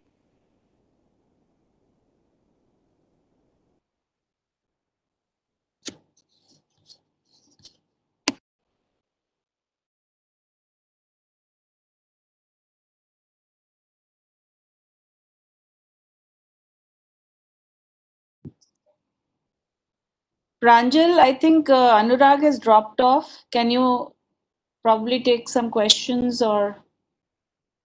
Shobha, I got that. I also dropped off for a few seconds. So, I think we'll have to, the main question which is coming through across, and I saw some of those which have been asked in the chat post as well, are really about what are the skills which are required in the future. So I think while organizational changes are going to happen, the very key question is students today, young professionals, should they equip themselves with? So I wonder if any of the panelists would like to take that question. I will take it, Pranjal. So I think Anurag is also back. Yeah. So yeah. So if go ahead, answer the question, then we'll go to Anurag.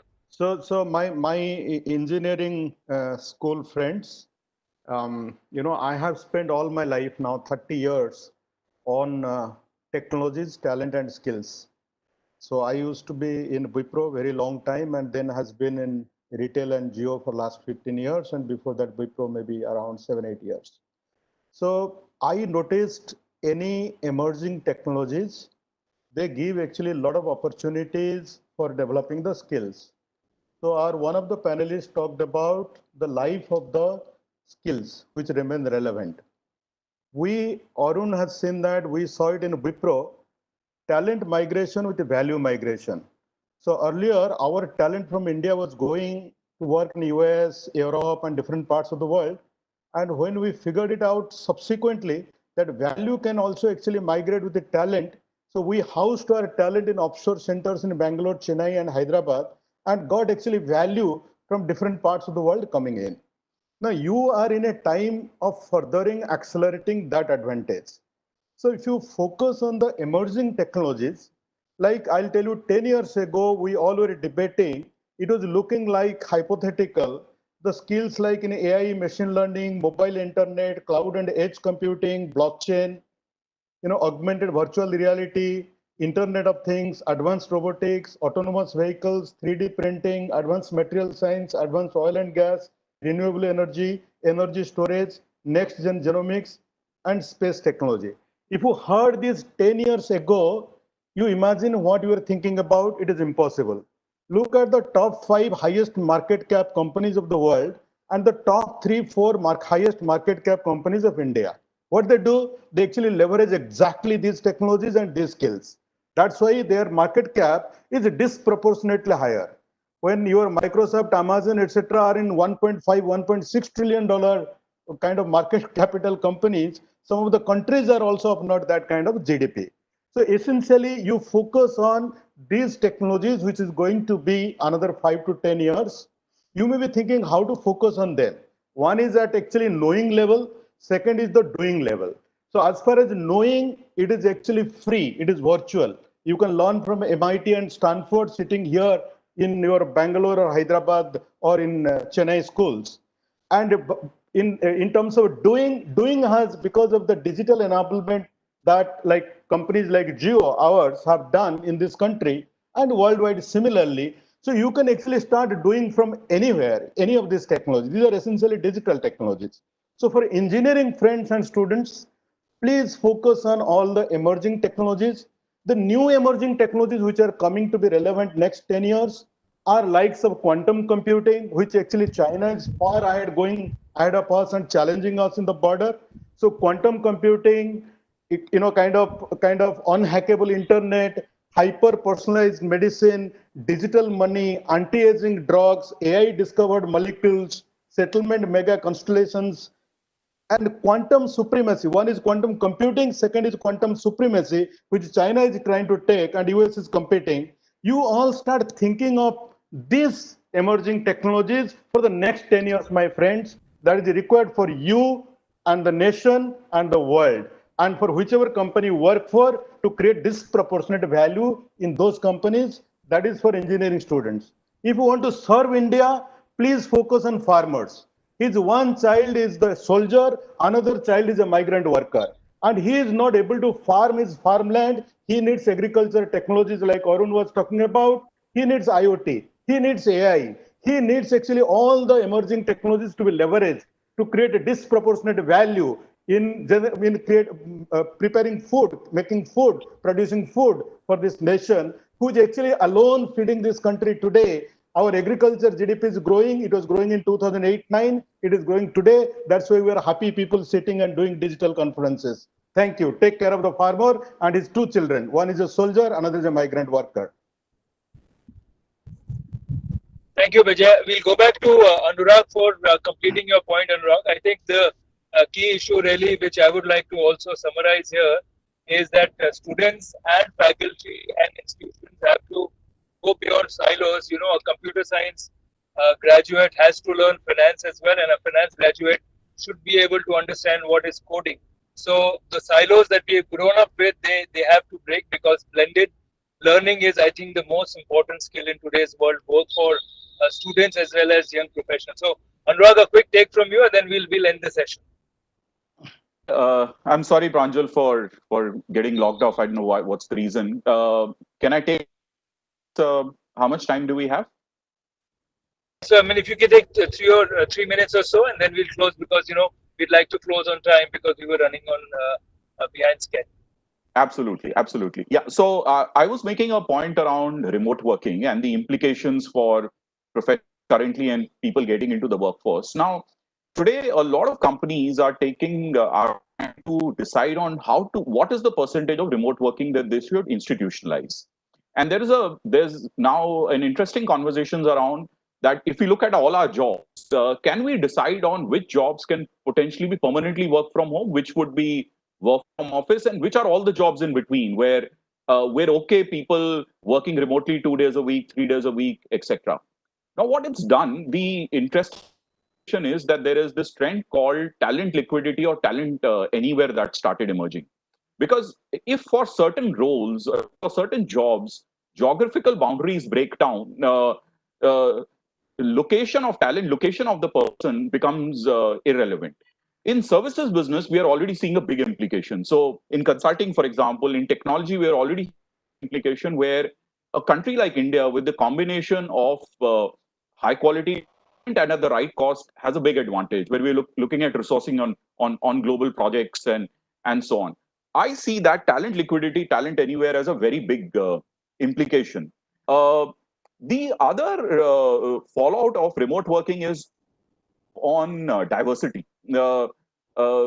potentially, if I'm seeing more and more companies looking at flex employment, this could be also be a great opportunity for homemakers, for women who want to get back into the work but have not been able to do that because of location considerations, travel considerations, etc., etc.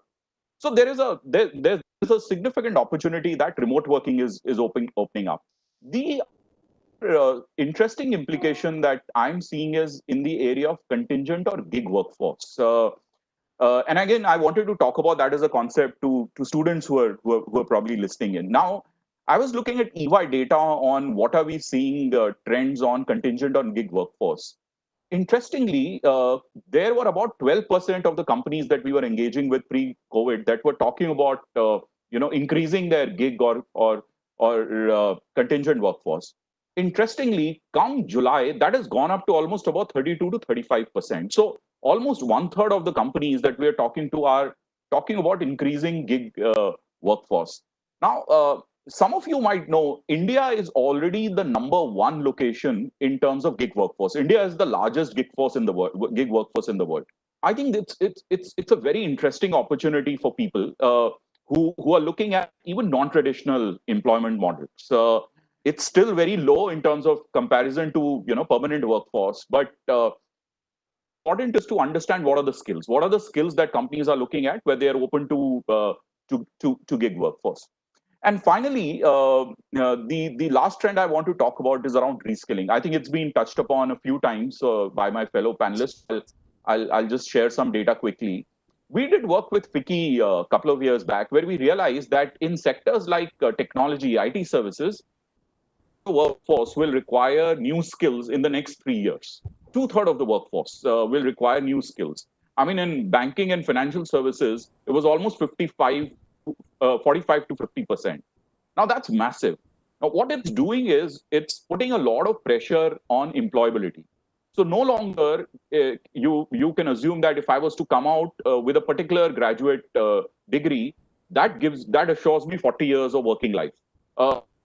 It's evident depending on the skill set. The perishability of skills is 5 years, 7 years, 10 years, 15 years, etc. And hence the need for upskilling is very, very critical. COVID has again accelerated it. Last example, I was consulting a pharma company. It's a mid-sized pharma company, 150 sales force. COVID struck. They realized that they had to online. 120 of the 150 sales force has already gone online, and they're completely focusing on a new channel, a non-traditional channel that did not exist. So need to upskill, need to change core skills. Extremely critical area, be it somebody coming into the workforce, looking for your first job, or already employed. So those are some 2 or 3 trends but in the interest of time, let me hand it back to Pranjal. Thank you, Anurag. I think, I'm going to close now at some.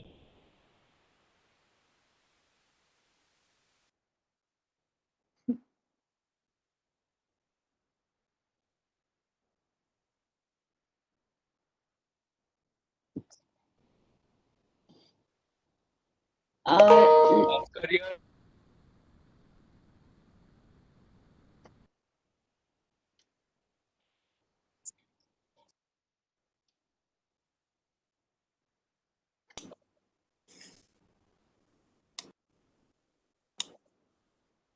Young workforce will not wait too much, and the concept of job itself is changing, as you said, from gig to skill based. So I hope things change at 360-degree level, and it's not just waiting for somebody else to take a step. So with that, I'd like to close the session. Thank everybody, and hand it over back to Vicky.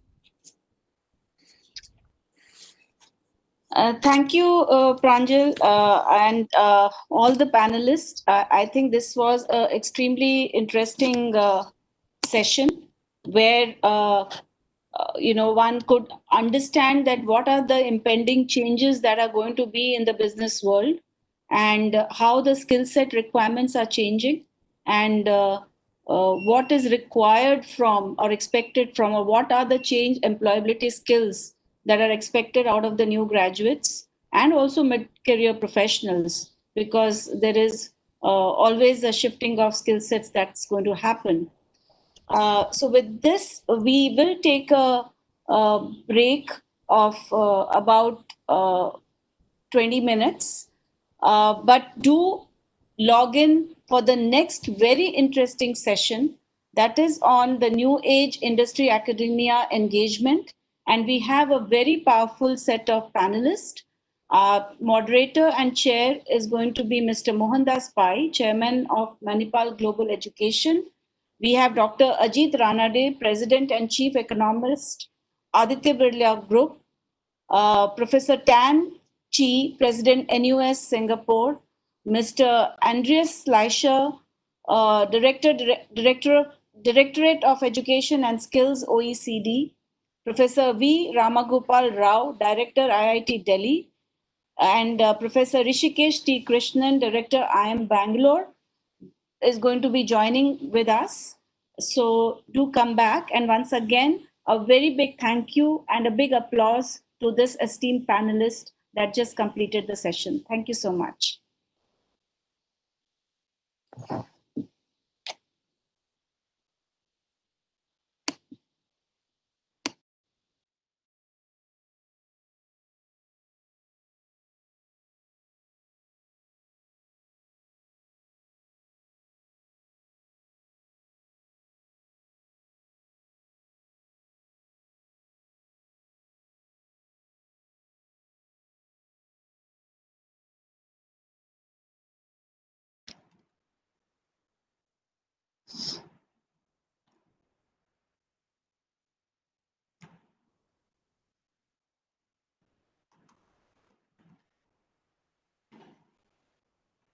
You are noting it down? You note it down?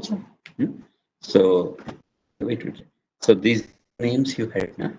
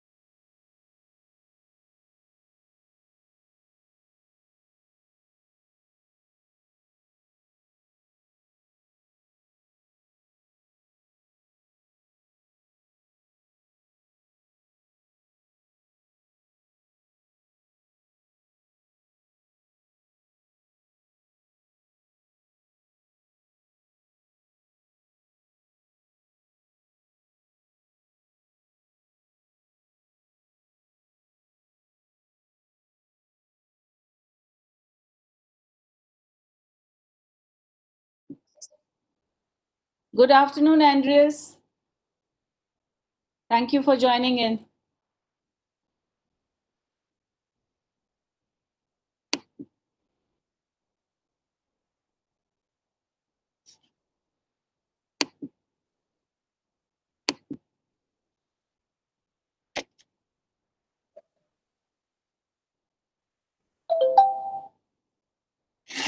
Professor Sancheti, I don't know whether you have met Dr. Andreas earlier.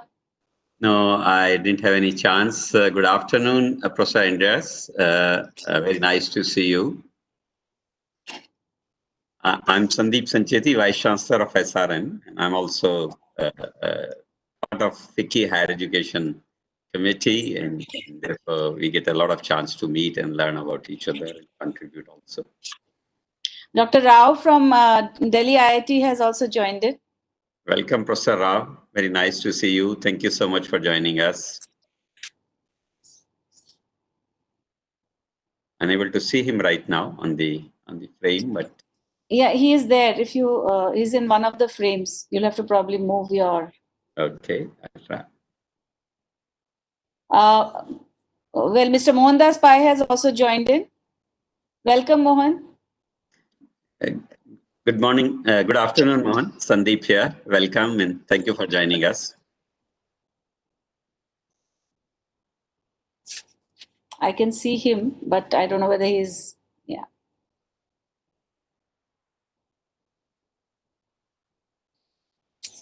I can see his name.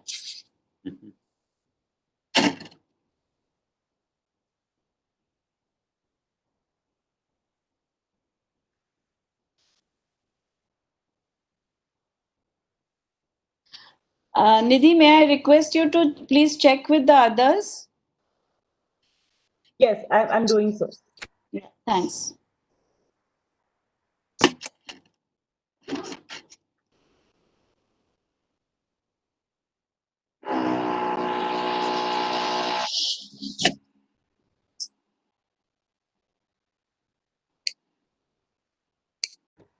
Dr. Ranade had mentioned that he may be delayed in joining by 10 minutes.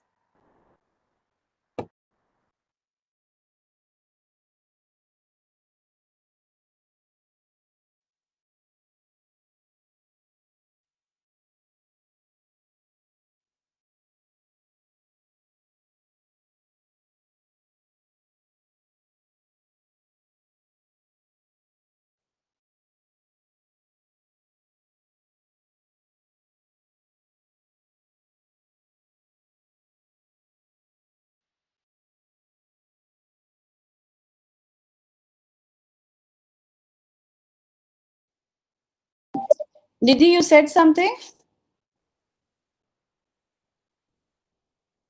Nidhi was trying to convey that Dr. Ranade may join little late by 10 minutes.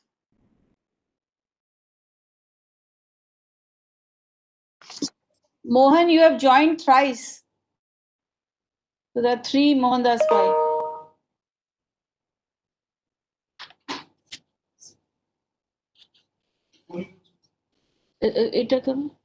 Maybe is. Can you hear? Yes, Mohan. Yeah, we are able to hear you and welcome. Thank you so much for joining us. So are we starting now, Shubha?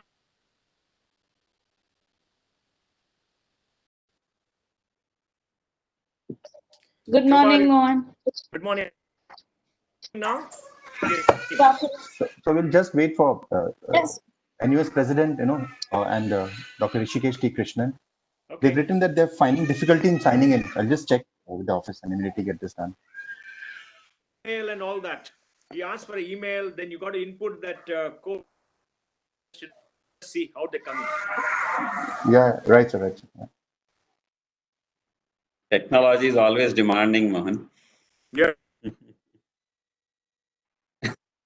I'm fine. Thank you so much. Very nice to meet you again. Thank you so much. Job in a sunny south in Chennai. It's a bit different now. It's been very rainy these days. It's like Bangalore or Mangalore weather now in Chennai. Very, very enjoyable, very pleasant. Yes, yeah. Thank you.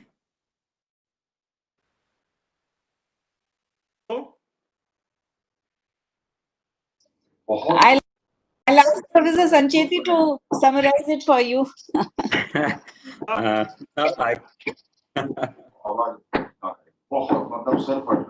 Very well, excellent, fantastic inputs. All speakers were very good and a lot to learn. At least for me, I can say lots of Q&A also. Of course, we limited the session because of the break. We hope that this one would be even better than the first one with your leadership and many other expert panelists. Hi, Mohan. How are you? Hi. Good afternoon, Dr. Anand. Hi, Shubha. How are you? Good, good. Some more busy now than ever. It's true. I was with your other friendly organization where both of us are there, RBI. So I had to rush out of that. Oh. With the governor. Oh, really? So may I suggest that we join in? Maybe Professor Krishnan can join in later because most of the panelists are here.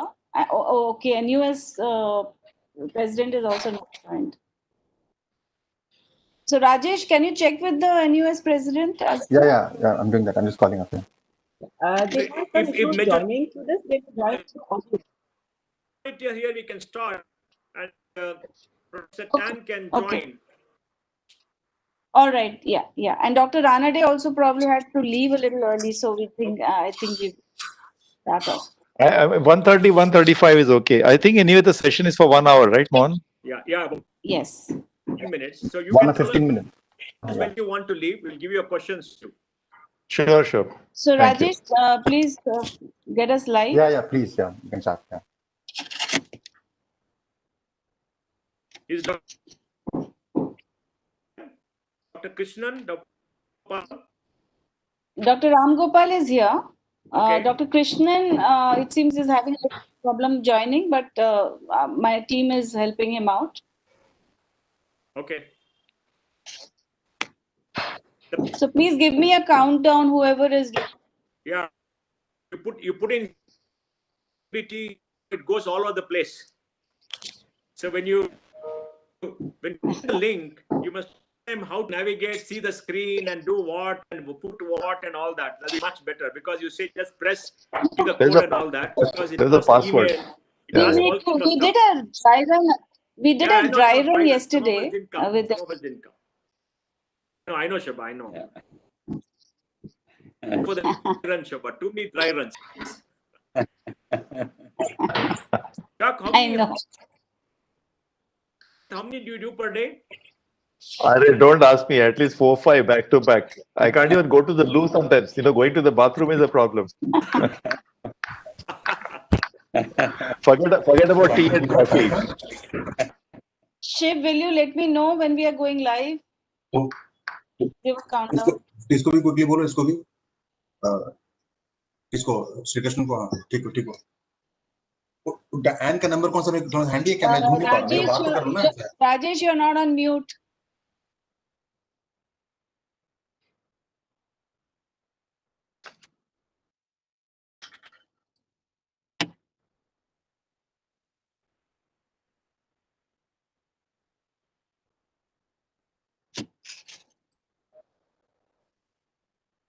So I think we are all live.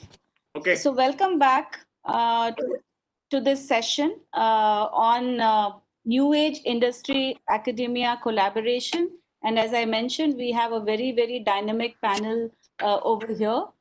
So may I take this opportunity to welcome our chair and moderator, Mr. Mohandas Pai, Chairman Manipal Global Education, and he's also a mentor to FICCI for both education, skill, and many other subject matters. We also have with us Dr. Ajit Ranade, President and Chief Economist, Aditya Birla Group. Professor Tan Shi, President NUS Singapore, is going to be joining us shortly. We have with us Dr. Andreas Schleicher, Directorate of Education and Skills, OECD. We also have with us Professor V. Ramagopal Rao, Director, IIT Delhi, and we will be joined by Professor Rishikesh T. Krishnan, Director, IIM Bangalore. So with this, I hand over to you, Mohan, for excellent session. Looking forward to it. This panel, I welcome the panel members to this panel.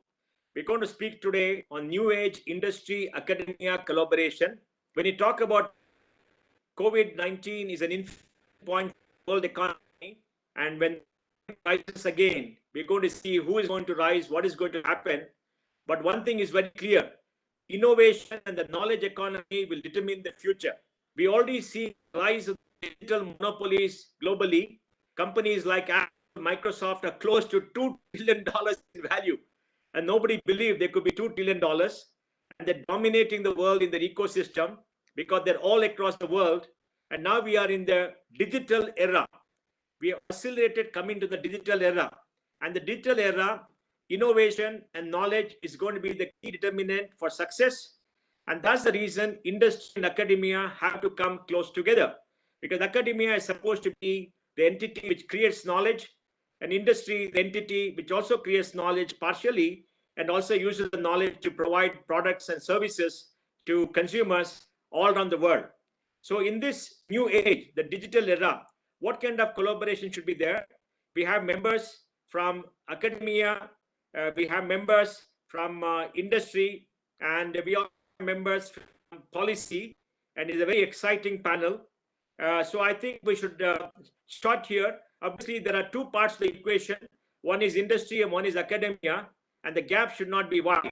So let me start by inviting Dr. Ajit Ranade to speak. Each panel member will speak for 5 minutes. Then we'll have a Q&A with questioning everybody else, and then we can have a summing up. Thank you very much. Dr. Ajit, over to you on this topic. Thank you, Mohandas, and thank you very much for inviting me to this very interesting and a very important session. I will confine my remarks for about 4-5 minutes.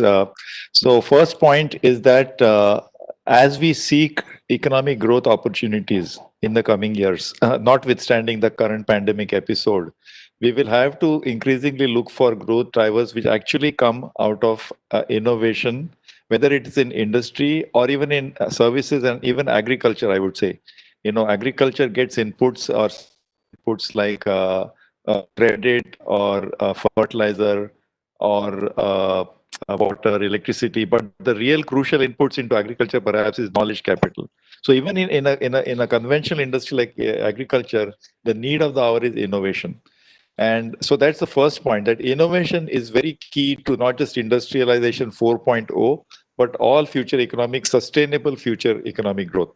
Second point, as you know, in the Indian context, our spending on R&D is actually barely, I think, 1.5% or even less, sorry, less than 1%. I'm not even going to compare it to peers like, to leaders in the world like Israel and some Northern European countries. But even if you compare us to our East Asian peers, we need to be at least 3 or 4 times more. Hello.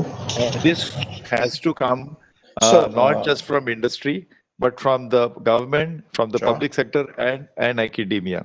It's a joint, so R&D spending has to be substantially higher. Unmute in a sense.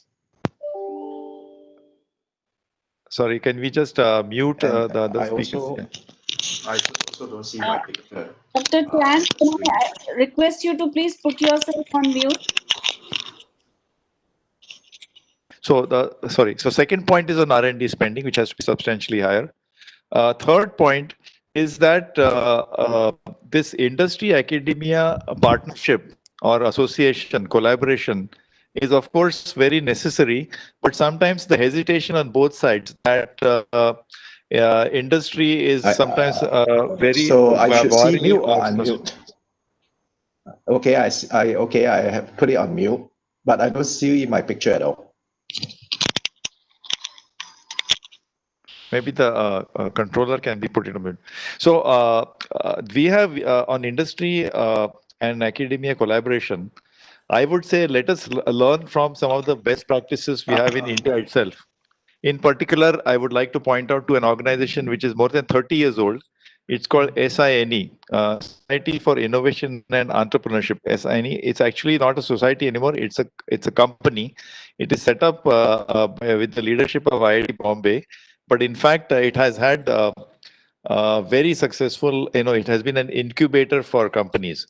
Let me remind, of course, that companies, big, great companies in the world like Lenovo of China or Google of America, they all actually took birth on university campuses.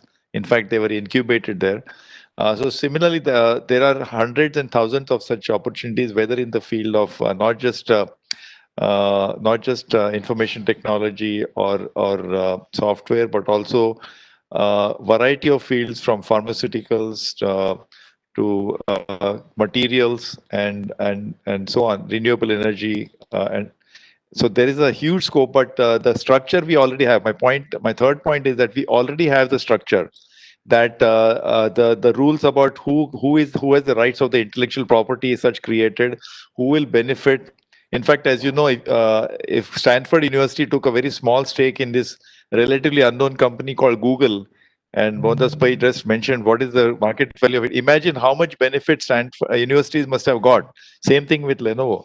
So the arrangement that we have at SINE, and there are many other examples. I don't want to single out only SINE, but they are very early on. They started 30 years ago. But we have many such examples now in India. So what the universities can do is take a share in, so that they can benefit from future profits. Now remember, 8 out of 10 such startups will not succeed.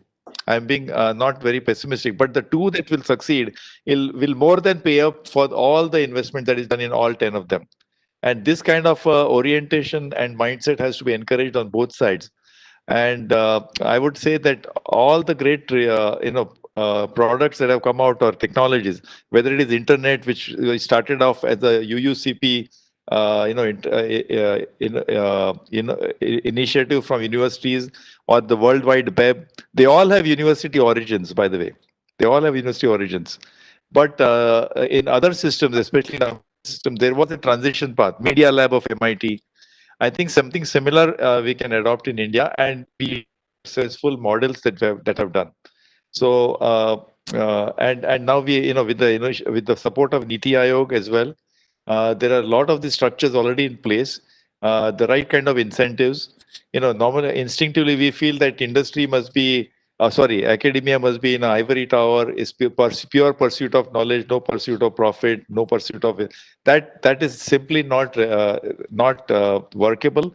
And we have found the right way, the right mix. Like I said, the incubators, the commercial orientation, the IP creation rules, and so on. So let me stop here. I'll come back during the Q&A. Thanks, Mohandas. Thank you, Doc. That's very interesting. We'll lay down the framework, what has to be done in future. Professor Tan, please come on the video, and over to you.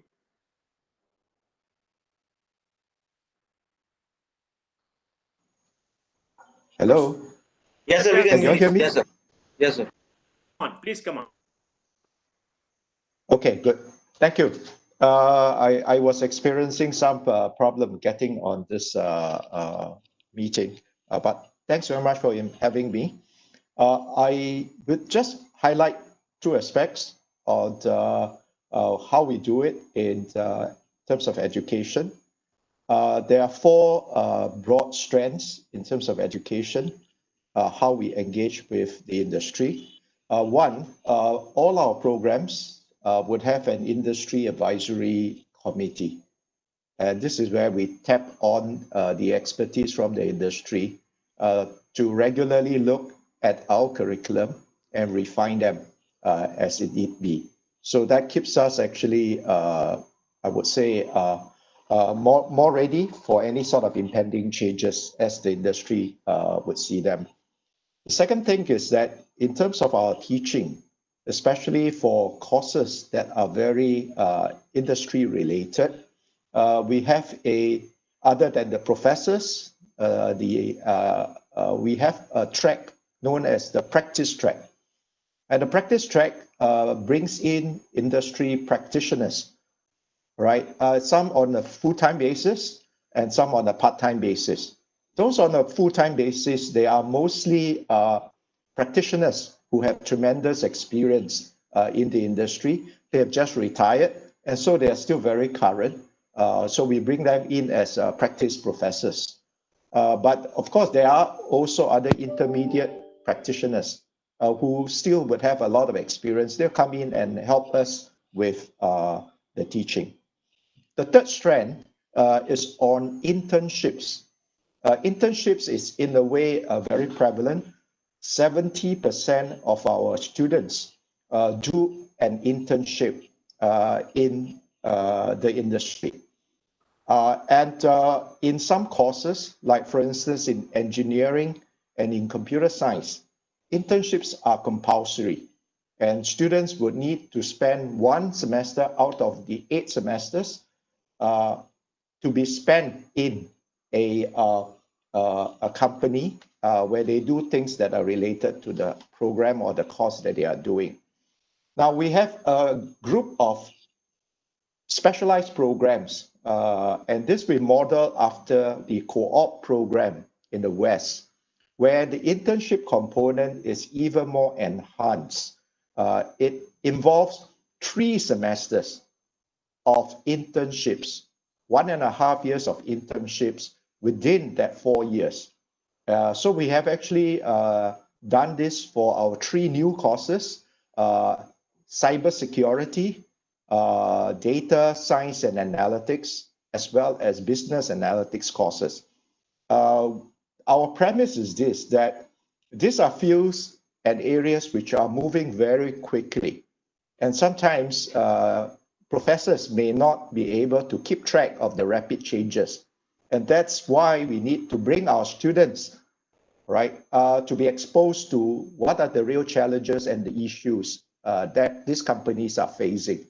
Now, students may not have the methodology to solve some of these problems, but that's actually where we see that we build bridges between industry and academia, where the students will bring back the problems to the professors who will help them solve the problems, and by so doing also expose our professors to the new thinkings out there. The fourth strand is that at US, we promote entrepreneurship. So we have an entire mechanism, NUS Enterprise, where we basically encourage entrepreneurial training. So it started about 20 years ago when we attach our students to startups in Silicon Valley. That was in 2001. Right now, we have students that are spread across 14 locations around the world, in Silicon Valley, New York City, Toronto. There are 5 locations in Europe, in Munich, in Stockholm, in Lausanne, in Tel Aviv, and Haifa. And then in China, there are 3 locations, in Shanghai, in Beijing, and in Shenzhen. We have a few locations also in Ho Chi Minh City, in Vietnam, in Jakarta, Bandung, and Yogyakarta in Indonesia. So these students actually spend 1 full year attached to startups, and they actually learned a lot during this 1 year experience. Startups are usually small. They are expected to do the function. So what we tell them is that you learn everything from the janitor all the way to the CEO, right? Then, you really get a good spread of this. And for the last 20 years, I think we have been refining this program. And in the last 10 years or so, our graduates from this program have started more than 700 companies. And they have also raised about 600 million in the last 5 years, which is about 10% that is raised by Singapore startups in the last 5 years. So these are the 4 strands that, how we sort of get our education and framework to be more closely aligned with the industry. I'll just briefly touch on how do we do that in research. Now, in research, it is extremely important. We encourage our professors to work with companies, especially these days. A lot of the tech companies I would say they invest a lot in research and they are very advanced in research, especially in digital technologies. So we encourage our professors to work very closely with some of these companies. And the government has a scheme, these are called corporate laboratories, where there's substantial investment. And the idea is that the company, which is usually a medium size or a big company, would invest 1/3 of the cost. The university puts up 1/3 of the cost in terms of manpower, and the government supports by 1/3 of the cost. All right, so it can be a 50 million or 100 million sort of endeavor. So we, for instance, we work with Wilmer on food science and technology, and the total worth is about 100 million, and they pay 1/3, the government pays 1/3, and we contribute 1/3. And the IP is shared between the company and the university. So this has been a very sort of fruitful way where we engage with the industry in terms of research. I'll stop here and I'll be happy to take questions during the Q&A. Thank you. Very, very good, because you hit the nail on the head, and that is, how do you make it work? Because we all know the theory, and to make it work, you have to build a network, you have to build relationships, you have to get them involved. Essentially, the network and the relationship, and you've been doing it for very long. I think it's very, very valuable. Andreas, over to you now.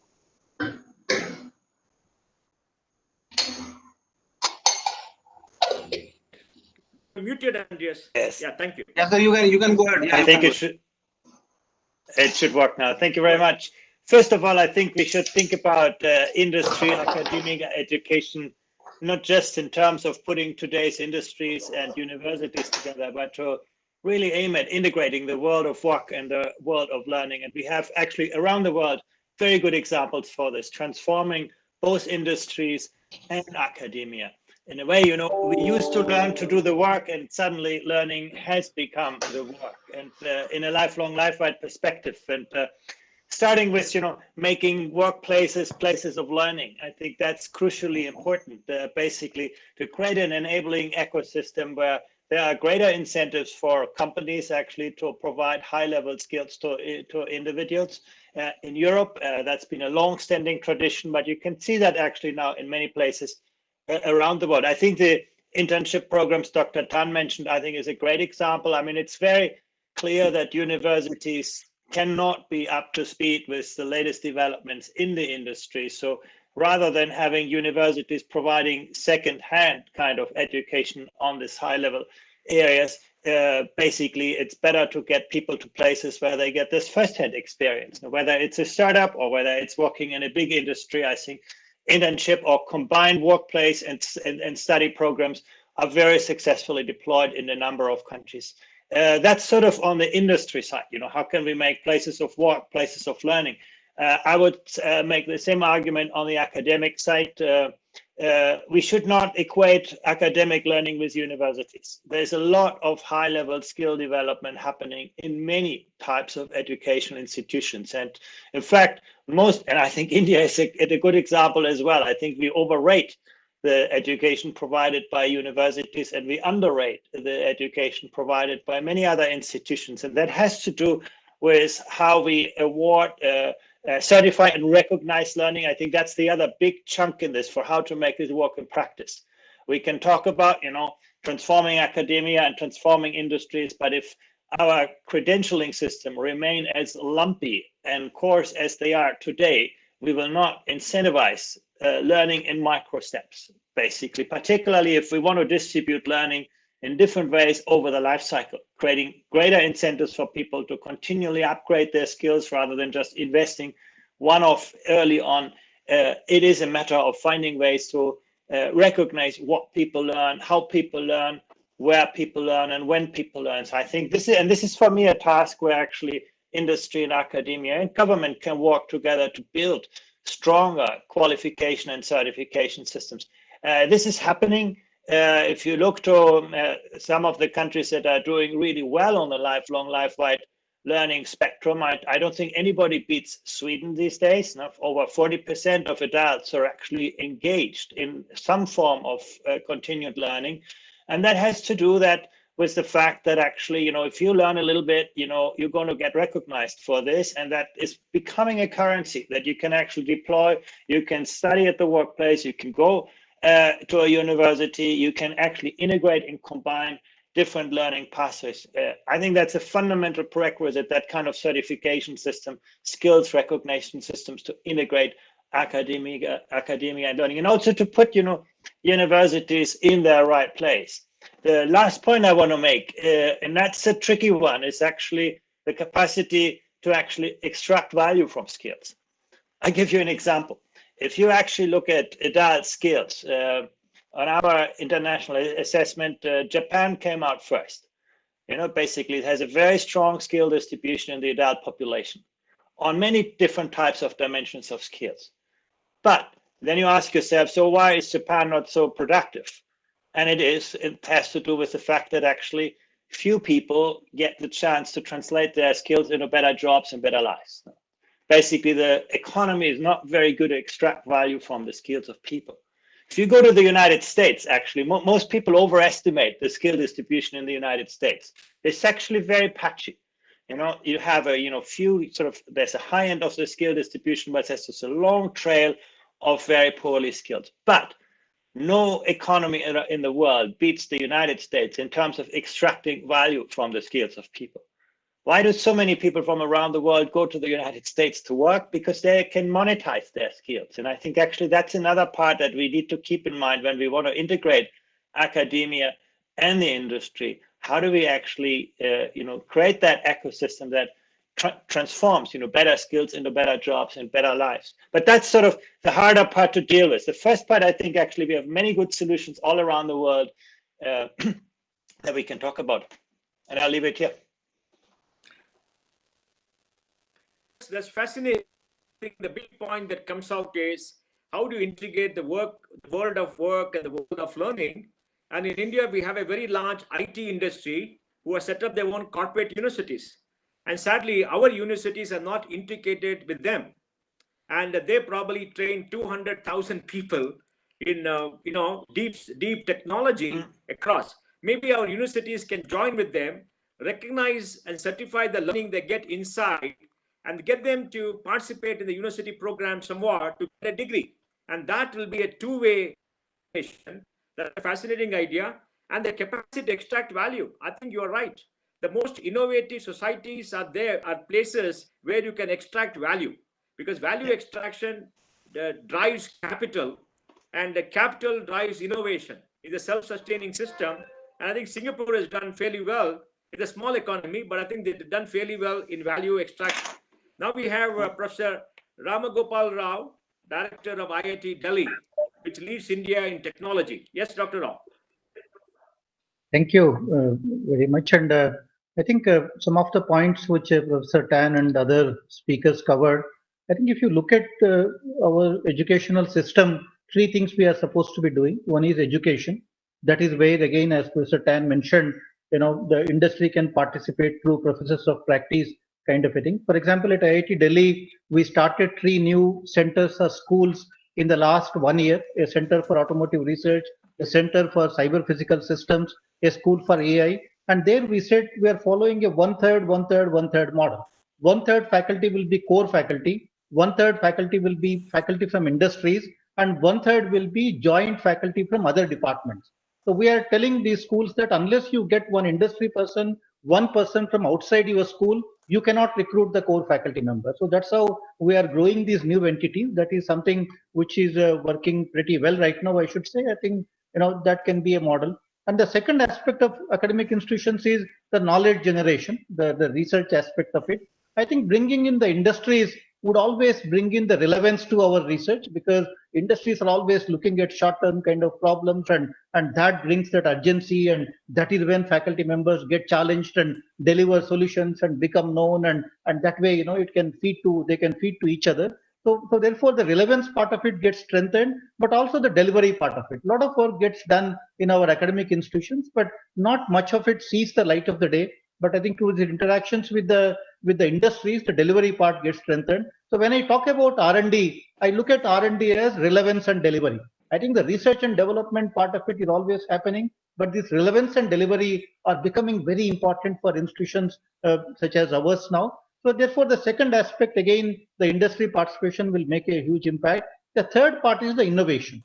I think this innovation culture is something that is now being asked more and more from academic institutions. For example, at IIT Delhi, we looked at, how are we doing with respect to innovation? We define innovation as inception to impact. I think innovation not necessarily be how much of money you have made and all of that. Starting from inception, an idea to an impact. I think that is what we look at innovation as, and there we started looking at how well are we doing in terms of innovation. You can count in terms of number of patents, the technology transfers and all of that. For example, one interesting thing we did recently was we looked at 5 years ago, how many patents were we filing.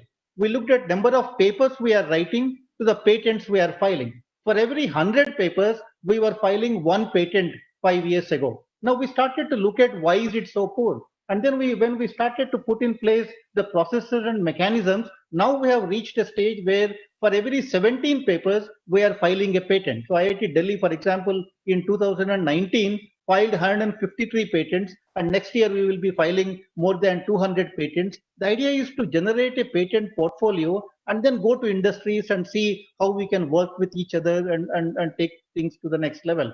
But that is not, again, just industries, the startup culture. I think now the startups at IIT Delhi are acting as a bridge between industries and academia. That is a new culture that is now beginning to happen in our institutions. Particularly, IIT Delhi is doing very well when it comes to startups, because even if you look at the unicorns that have come out of India, come out of the entire country, India, it's like something like 31 unicorns have been founded by Indians, Indian origin people all over the world. 16 of these 31 unicorns have come out of IIT Delhi alumni alone. One single institution in this country has created half of the unicorns that any Indians of Indian origin people have created. I think there is a strength that lies in academic institutions such as ours when it comes to innovation. So we started to look at what is that IIT Delhi is doing right, so that so many of our alumni are getting into entrepreneurship space. And these are the processes that we are trying to strengthen. Through these startups, now we are trying to engage with the industries. As Professor Dr. Ranade actually mentioned, IIT Delhi now is holding equity in these companies. Any big company you look at, any startup you look at in India, Flipkart to Zomato, Snapdeal, all of them have come out of IIT Delhi alumni. If we had that 4% or 5% equity in these companies, we wouldn't have really needed to go back to government for any of our funding. But that's a mistake that we did at some point of time, and we don't want to continue to make the mistakes anymore. So we are now doing this early stage startups, investing our money in these early stage startups. We have created a fund at IIT Delhi. We are actually investing in our student ideas. We want to be the first person to invest in these companies and take some equity, and then hope that some of them in the future will become the Flipkarts and all of that. I think that is where industries can come in, and that is where the startups can play that bridging role between academia and industry. I think in this country, we have been waiting for a very long time for a love marriage to happen between academia and industry. That is actually not happening.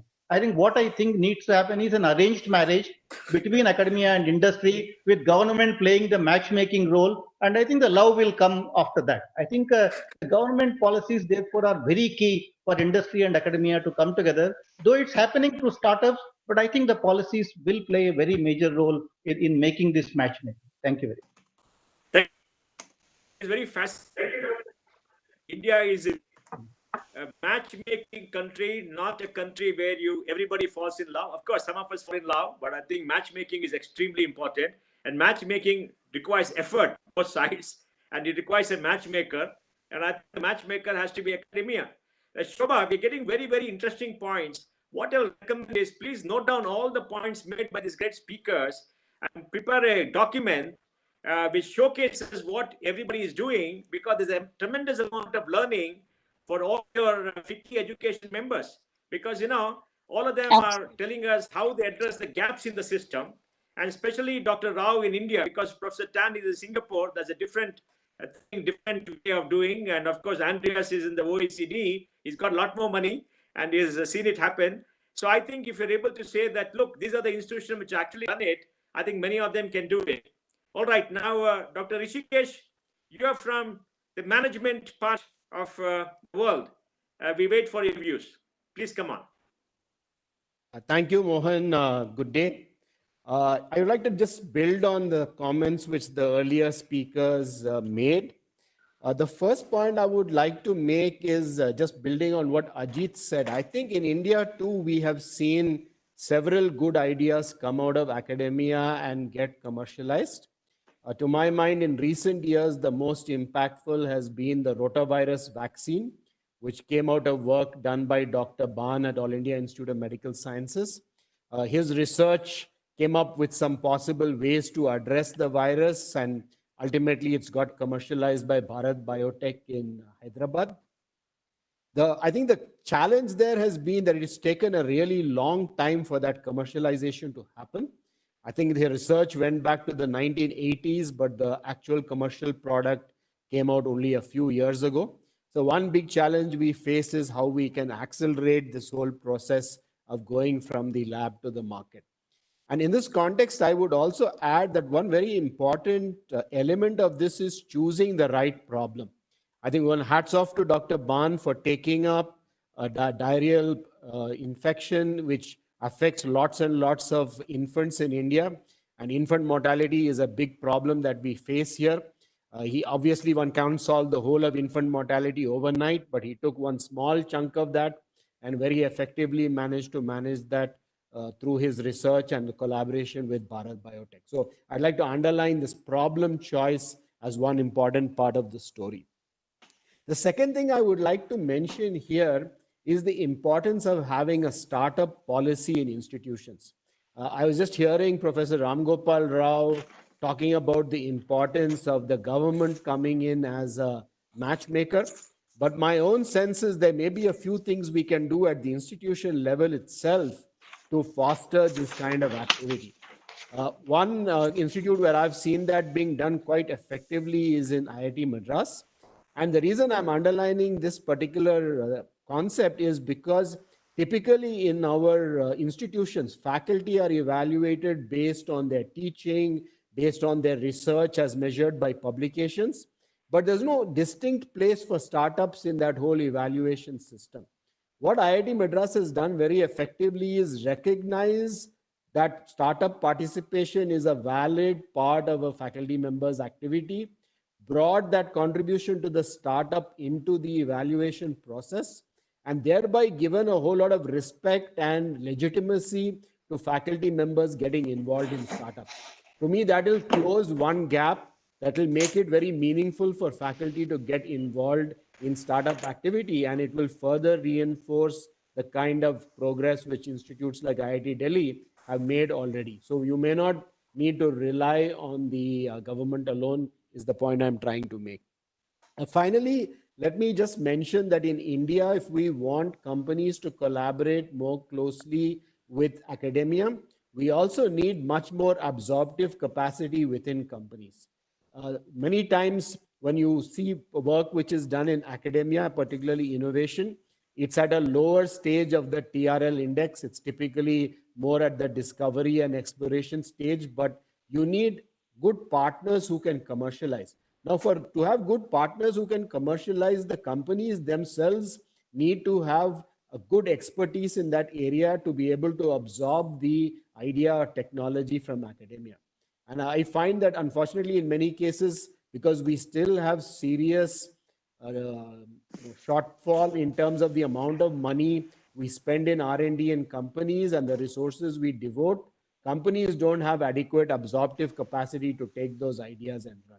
So I believe in future, unless our Indian companies are also willing to develop that ability to take ideas at a slightly earlier TRL level and take it forward for commercialization, we are not going to see that kind of impact happening. So these are the three main points I wanted to make. Choose the right problems, have a good startup policy within universities to give legitimacy to startup activity, and third is build absorptive capacity in industry. Thank you.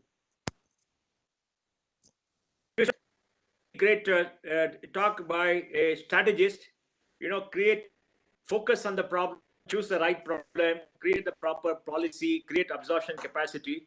I think that is the core of what we need to do. Now I have a question for all of you, and I would like all of you to answer, starting with in the reverse order with Professor Krishnan, Dr. Rao, Andreas, Professor Tan, and Ajit. Tell me, what great news, what is happening? How to grow it, grow what you're doing 10x by 2025. What is required to grow everything 10x by 2025? Starting with Professor Krishnan. Well, Mohan, you've done your usual trick of trying to bring in all this exponential kind of thinking. So I should have, predicted that in advance. Now, I think the core is we need to build strong platforms. I think that the way to make all this 10x happen is you need to have more collaborative activity. Individuals are never going to make all this 10x happen. So which also means we have to do a little bit of focus and platform together. So maybe, for example, if I take my institution, maybe we can't solve all the problems in the world. Maybe we need to take a couple of problems and get more people to work on them. That's probably the only way I know, at least in the academic context, where we can have more impact, if not 10x, at least several x going forward. For you, 10x by 2025 in IIT Delhi. Yeah. In fact, we are thinking on those lines. For example, the startup initiative that we have taken. The last board meeting, FITT, we have a similar to sign, which Dr. Ranade mentioned. IIT Delhi has indeed the oldest incubator in the country, FITT, Foundation for Innovation and Technology Transfer. Now they have about 100 startups, kind of a thing. We are asking ourselves, how can IIT Delhi be involved in 1,000 startups? Wow. Now, if IIT Delhi needs to be involved in 1,000 startups, in what all different ways can we engage with these startups? Some startups might just make use of the facilities on the campus. Some startups might have faculty as mentors. Some startups might have physical space on the campus. So to all of these ways, now we want to take it from 100 startups to 1,000 startups. That is where we are now charting out plans, and that is what we want to achieve in the next 3 to 5 years kind of a time frame. And also the faculty-led initiative at IIT Delhi, we have a scheme called FIRE, FIRE, Faculty Innovation and Research-Driven Entrepreneurship. Under this scheme, we want to make sure that every fifth faculty member at IIT Delhi would have a startup or would be involved in a startup. That is 1 in 5, and we have almost like 600 faculty members, and then 1 in 5 is 100 startups. 100 faculty members having a startup is what we are looking at right now. And under this FIRE scheme, we are giving our faculty members a 50 lakh grant if they want to do a translational research. So we give them 50 lakh money to start their company. We give them 3 years of leave, of which the first year is a sabbatical. They can take a fully paid leave for first year, 2 years of unpaid leave, 3 years they can spend time on their startup, and they can. So we have also a policy for them to make use of the facilities and all that. So I think once the faculty members get into the startup mode, then the PhD students will join hands. That is how the deep tech innovation will happen on our campuses. Otherwise, we are doing well in the country when it comes to startups, but somebody is creating an app there, app here. I think, but I think the deep tech innovation needs to come out of IITs. That is where IIT Delhi is indeed playing a major role, and we have identified startups as a way for us to go to that next level, because we are already doing very well when it comes to startups. We are saying, why don't we increase it by 10x through all of these initiatives in the next 3 to 5 years? Yes. Yeah, I think from the previous discussion, I like this idea of matchmaking, and I think the government can play some role in this, but matchmaking will never get you your 10x, basically. Yeah. If you want to get your 10x, you have to create a level playing field. And that means, and for me, it starts with basically creating a framework of skills and breaking the monopolies of current academic institutions to award degrees and qualifications. If you create a truly level playing field and understanding, these are the skills worth those kinds of credentials that is awarded for whoever provides those skills at the right level, I think you have the potential to actually dramatically expand the scope of the system. Thank you.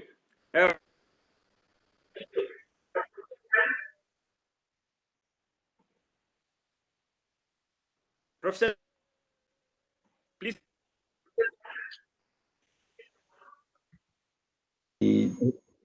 Hello, can you hear me? I think, yeah. Professor Tan. Yeah. Professor Tan.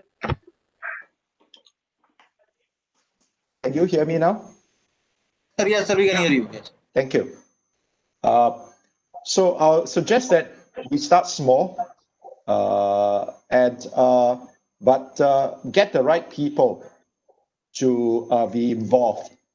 Very often, if you just simply assign a person, that person may not be suitable. I would say, like, for instance, if you want to set up things that are more related to industry, it would be better if somebody who is more familiar with the industry, either from the academic side or from the practitioner side. The example which I've given you on the NUS Enterprise, we started in 2001, all right, 19 years ago, right? And that was our first location. We started by having 5 or 6 students in the first batch. And now we have like 60, 70 students over there. It takes some time for you to build a critical mass. And once you go past that critical mass, then it is very easy for you to scale up, all right? Because you can leverage on what you have, the mechanisms, as well as the people you have trained, because they will add sort of a further concreteness to your plans. So you have to start somewhere. Thank you. Thank you. And now, as an economist, what is your solution to grow 10x in this area in the next 5 years? Mohan, I have good news for you. 10x is a very modest target. I'm surprised that you're giving us only 10x. It's going to be 100x. And I'll tell you why I'm saying it. I'll tell you why I'm saying it. I mean, just to give a small example and give me a few minutes. Somebody invested 13 crores in a company called Ruchi Soya, which is now run by Patanjali, in the month of February, just 4 months ago. Today, that value is 1,500 crores. Wow. This is in the public domain. I'm not making it up. So if you believe that the industry academia collaboration is going to lead to like what Professor Ram Gopal said about the incubation startup ecosystem being incubated on campuses like SINE, and if you have 100 or he said 1,000, all you need is 2 to succeed. That 0.1% investment of Stanford University in Google or 0.5% of Beijing University in Lenovo, or whatever, there's a company called Delivery. He mentioned so many IIT Delhi alumni. All you need is just a 1 or 0.5% investment, and that 1 or 2 success stories will make up for the remaining 900. That's the wonderful thing about startup. And I'm not the person who should tell you, you know this. But I want to just make 1 or 2 other points. So basically, I think we have the right model. Don't forget that we have initiatives like the Atal Tinkering Lab, the Atal Innovation Mission, the Tinkering Labs everywhere. But I want to mention a few other points. See, all said and done, academia is in the business of teaching, research, and knowledge creation. So their pursuit is that. And industry is in the pursuit of profits. So let's not impose these objectives on each other. But if you look at the convergence comes that both are pursuing excellence and both are ultimately pursuing solutions to society's problems or solutions to society's challenges. It can be Indian society, it can be global. It could be global problems like climate change, or it could be India's problems like how to reduce poverty. So to that extent, there is a convergence. But let's not, with due respect to professors who are here, let's not make it so artificially pressure on faculty that you have to generate profits. That will come through this collaboration. So I just want to mention 3 or 4 examples. IISc in your own city, Bangalore, and Wipro have joined hands for robotics and 5G and 3D printing and metals. IIT Kharagpur and Wipro are in AI in healthcare. Samsung India has started Digital Academy at IIT Guwahati. And not just that, I want to mention even companies like General Mills who are collaborating with the Central Food Technical Research Institute for agriculture, And incidentally, since Professor Rishi is here, actually a great amount of collaboration happens between business schools and industry, because the HR practices, often, all the HR practices that we have in our industry or even in government, they come from the research and insight of professors from business schools. So let's not forget, the big schools like Harvard and London Business School and many, even IIMs, they generate case studies, they study, and their best practices even in the field of HR, is very, very important and is relevant to industry. So it's not only about this incubation labs and startup systems. It's also research insights which come from conventional fields like HR and strategy. That collaboration, let's not forget, because the future, Mohan, is all about knowledge and innovation-led growth. It's not going to be, agriculture is no longer about expanding acreage or increasing the yield of the crop. It's about knowledge intensity, like what Israel is doing in a desert land. They have high agricultural productivity, or even in industry. Most of the value is coming from innovation. It's not coming from producing more widgets. It's coming from innovation, and ultimately innovation which addresses social needs or a customer needs. So these things are, they are being generated in academia, even in business schools. And I believe that this academia industry, they used to say three-way partner. You said matchmaking. It's actually three ways: government, academia, and industry. So let's not assume automatically, the way Professor Rishi is from IIM, Professor Ram Gopal is from IIT, so they actually instinctively think of themselves as part of the government. But industry, academia has a different identity. So it's a triangle. The matchmaking is along a triangle.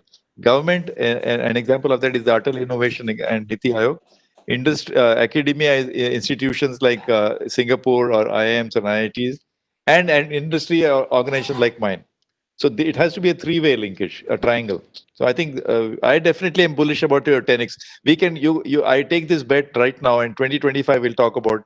I'll show you how 10x values. I'm assuming 10x is in terms of market value, so definitely it'll happen. Market value, I'm not of units of performance, because market value is a simpler thing. You get one company to come So and you see this 100 in terms of metric, if you're asking me, number. So in terms of that metric, there is something called MOOC, Massive Online Open Curriculum Movement. So you take an excellent place like an IIT Delhi or IIT Bombay or IIM Bangalore and use that as a hub to reach out to the hundreds and thousands of colleges across India. And I think that also, that scale can come by, you said digital. The kind of adoption we have seen to digital during COVID, even demonetization could not achieve that. What COVID has achieved for digital India is 100 times more than what. So I think if you use the MOOC, and there I'd like to mention one big experiment going on in IIT Bombay called eYantra. So they conduct this annual robotics competition, and they reach out to thousands of colleges, not just in India, but all across Asia and rest of the world. And so this is one way of scaling up the online, massively online open access. And by the way, last point I want to make is that let's use competitions. Whether it is a competition for robotics, competition for design, competition for, so that is another way. It's like a lottery where one winner will make up for all the value of all the others. Thank you. Creating media that come, create platforms, create networks, move with caution, and create a critical mass, which is very important. Create open systems, aim high. But the big issue is we need the volumes to impact this country. This is a very large country. Now, if smaller country, even in Europe, you can impact, you can make a big impact because a mature system. But we are a very large country. India has to think very differently, because the number of institutions which can do 10x by 2025 is limited. The amount of money is limited. Shobha, I want to ask one more question before we answer some of the questions sent by the listeners. Is it okay? Shobha? Go ahead. Yes, sir. Please. Okay. Yes. Go ahead, please. Now, this is a quick question to all of you again, because we got some people here. How do we foster cutting-edge innovation? Cutting-edge innovation means, we should be in exponential technologies which are very cutting-edge, which can lead the world. We should be in a very cutting-edge business models which can lead the world. Cutting-edge skills which can change the world.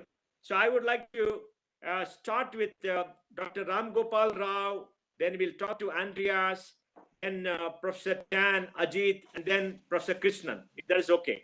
So Professor Ram Gopal Rao, cutting edge, leading for the world. That's a good point, Mr. Pai.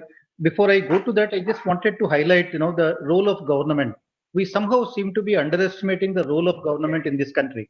In the last 1 year, the tiny change they made to the CSR policy document Now this year we have seen 10 times more CSR funding at IIT Delhi. 10 times more compared to last year, because all that the government said is now you can use CSR to fund research in academic institutes. That's all what was needed. I think in a country like India, government has a major role to play through policies. I think we should not underestimate the role of government in a country like India particularly. I think on the innovation side, to me, it's all about unlike minds coming together. IITs could have done much more. Our biggest challenge today is we are very homogeneous as an entity. For example, when I say unlike minds, the unlike minds could be in terms of different attitudes. That is where industry and academia collaborating with each other is very, very important for innovation to happen. I say unlike minds from different cultures. I think our institutions, because we are not able to attract any international students, for whatever reasons that we have, is also hampering, the innovation culture on this campus. And one of the reasons is we say, of course, India is a very diverse country and all of that. But unfortunately, all our students, whether they come from Assam or Telangana, they all go through the same CBSE papers, same examinations. They take the same examination. They are all conditioned to think exactly alike. And when you put all of them on our campus, nothing much happens because they all are conditioned to think in the same way. I think the internationalization of our campuses is very essential right now. So at IIT Delhi, we are doing it very aggressively at the PhD level. For example, 500 fully paid PhD fellowships is what we have announced, and we are looking at 1,000 ASEAN students for all IITs through a Government of India scheme. I think the internationalization, the diversity in terms of cultures is important. Even the unlike minds in terms of disciplines. I think again this multidisciplinary kind of a nature, putting problem first and then looking for a solution to that problem is where multiple disciplines need to come together. So therefore, these unlike minds, we need to create the culture, on our campuses for them to interact with each other and innovate. I think that is very important. The immersion programs are also very important. The minds come together, but how do they know what the problems are? Immersion programs is again where industries can play a big role. As one of the panelists mentioned, this internship kind of opportunities. IIT Delhi students, we are starting from the last 2 years, we are sending our students to villages. I tell my students, go to a village, spend a couple of months with a farmer, just see what are the problems a farmer in a remote area actually faces. Now, some of those problems look mundane and all of that, but they require very deep technologies to address them. And whether it is soil testing or productivity improvement, all of them need high-tech kind of solutions. But for these kids to understand what the problems are on the ground is very, very important. So creating these sort of immersion programs with hospitals, with industries, with villages, I think is becoming very important for all of us. I think that is how the innovation will happen. That is how we identify problems, bring people together, innovate. And these innovations, it need not be, once you create a solution to a problem, now the startup route is very well established in this country. I think they can go ahead and start these companies with institutional support and scale them up. And I think our future lies in startups. And I don't think there is any other way India can change other than through our startups coming out of these deep tech kind of areas. Andrea? Yeah, I would say that actually India is actually very good in creating exceptional talent. The question you should ask yourself is, why is that exceptional talent creating innovation in other countries and elsewhere in the world? That's, I think, the fundamental issue, really. And that has to do, I think I very much agree with Professor Rao here, that has to do with lack of internationalization. Innovation is always created where you connect the dots where the next idea is going to come from, which it means, thinking across the boundaries of subject disciplines, walking between industry and academia. It's those intersections, and the more kind of variety you can create in that, the more innovation are you going to see. The second point is about venture capital. I think why is the United States very good in, turning intellectual capital into innovation, because it provides a playing field for this. There is a lot of resources invested in ideas and with great risk taking. That's, I think, the second part, and that's also, I can see that happening in India, but certainly not at this scale. So I don't think the question is so much, creating the intellectual capital. The question is much more about the environment, the enabling environment to turn good ideas in innovation. Last point I want to make is, even if you create, innovation at the small scale, scaling innovation is yet in a completely different challenge. And actually, a lot of startups are created in India, but once again, they turn their ideas into products elsewhere in the world. And I think those are the hard nuts to crack if you want to really become a kind of more innovative economy at scale. Then, if you look at the overall pipeline, I think also you need to rethink sort of some of the examination systems, the kind of credentialing again. If you reward the reproduction of fixed subject matter knowledge and reward people for the existing set of knowledge rather than creating new knowledge and questioning today's wisdom, I think that creates incentives for people. So I think you need to also, in the long run, rethink the way in which or the type of knowledge and skills that your education system and skill systems values. But I think the first and foremost point is really the enabling ecosystem that actually allows people with great skills to actually deploy them effectively. About Professor Han?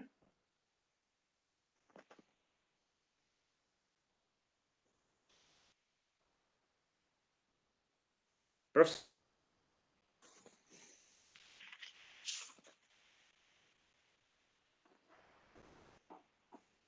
You have to unmute. I can't control my side. Okay. So if you ask what is a university, I would say that what is key to a university is talents. Talented students, talented faculty, and even talented alumni. And one of the things is how do we leverage on the talents within the university? Quite key to this is actually the culture of the university. Does your culture actually, or your DNA promotes innovation? All right. Do you actually have a diverse group of talented people and who are actually free, right, to do and to think, along the lines that they love to do?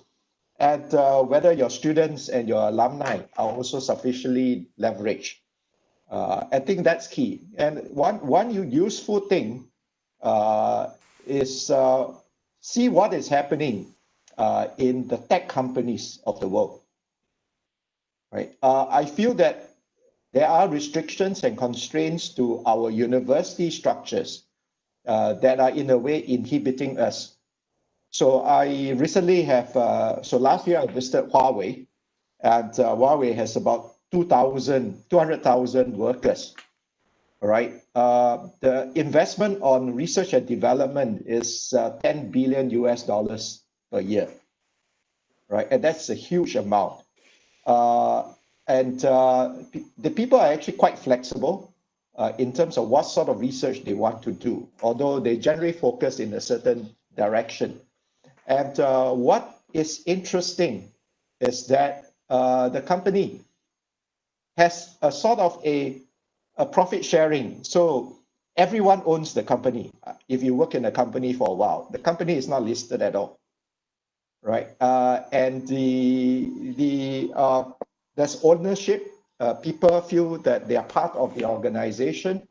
And there's a lot of lifelong learning within the company too.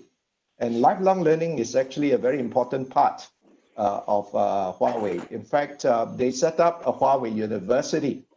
And I was talking to the president of the Huawei University.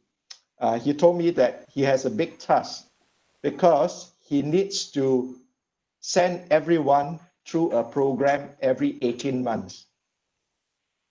Right. And that shows how fast things are changing and moving and how much you have to do, to change the organization.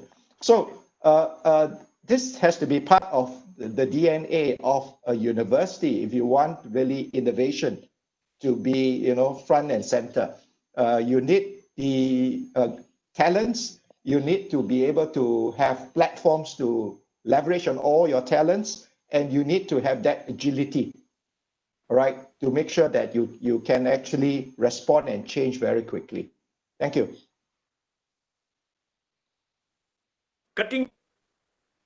What do we do? Okay, first point is culture. Professor Tan mentioned culture, but I'm going to mention different culture. You introduce some bacteria into something and leave it for the night. In the morning, it becomes yogurt.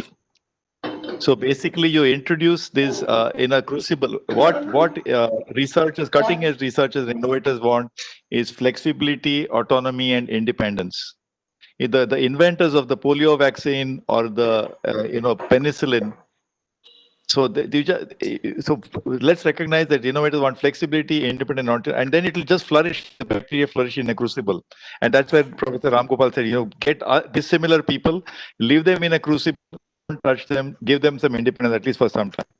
Second point is reward, recognition, and it's not about money. As I said, penicillin, and I gave you the example of polio vaccine. Actually, we need to be glamorous. Solving a problem at scale like India, that should be made glamorous. People say, I want to become vice president of a company or CEO. This is nothing. Have the ambition of, I want to reduce poverty in India to 0 in the next 5 years. So make it glamorous. I'm reminded of Professor Yunus, Mohammad Yunus. He had a talk with Nike, and they were producing $50, $100 shoes. He said, can you reduce the cost so that, poor people, he's the pioneer of microfinance, as you know. So Nike said, what do you want? 20% reduction. He said, no, can you make a $1 shoe? You see the kind of ambition, crazy ambition. They delivered on it. Dan and Yogurt also, they delivered on Yunus's promise. So I think Steve Jobs, of course, he's the iconic man. He never cared about market value. Actually, when he, I guess, he did not create the kind of value you mentioned in the beginning of this program.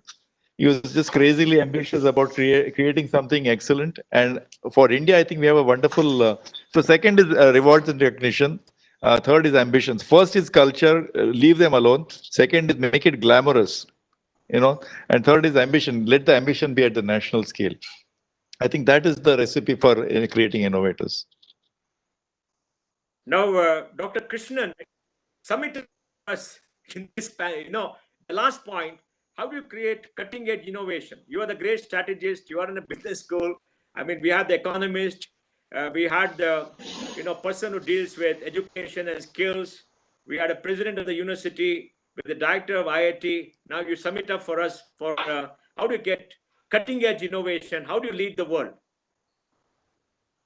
So I think there's one point which everybody missed, which is that you need some really maverick and obstinate people. The one challenge I heard, for example, last year I went and talked to a lot of venture investors, and I asked them, why aren't you guys producing really distinctive companies? And one comment which really stuck in my mind is that many of them said, we don't have people who are coming with that idea and are like obstinate about making that idea work. They have so much passion, belief in their idea that, I think we just need a few people like that. Part of it, of course, is culturally dependent, but part of the fault lies with investors like you, Mohan. Immediately when somebody pitches an idea, you say your company is like which other company or which US company and all that. So you guys have to stop asking questions like that. But I think you need people who are really sort of obstinate and possessive about their ideas and are, just willing to slog and drive them. Unless you have that slightly confident but divergent thinkers, you're not going to have cutting edge innovation. Thank you. I'm going to 3 minutes close this with your permission, of course. Folks, Can I just very fascinating discussion. Mohan, that's one question I think if the panelists can take up, which was how do you strengthen the rural ecosystem? You know that in India, that's a major chunk. So there was one question in the chat box which was interesting. So if somebody can respond to that, maybe you can respond to that. Ram Gopal Rao and maybe Ajit talked about it, and unless Dr. Krishnan wants to come in. Dr. Yeah, there is in fact, Government of India is now in a way, mandating all the institutions to work on rural problems. A couple of years ago, we have created this Unnat Bharat Abhiyan, UBA as it is called. IIT Delhi is the coordinating institution. Through UBA now we are reaching out to almost like 5,000 villages in the country. All the local institutions are now connecting with the rural panchayats and the rural folks so that we understand their problems and see how we can provide solutions. UBA is one platform. If you just search Unnat Bharat Abhiyan on the web page, you get all the details, and that is what is connecting the academic institutions with the rural areas. That's a very successful program, I would say. it takes time for all of this to percolate down to the grassroots level that we get to notice it, but the process has definitely begun now. Dr. Ajit? Absolutely.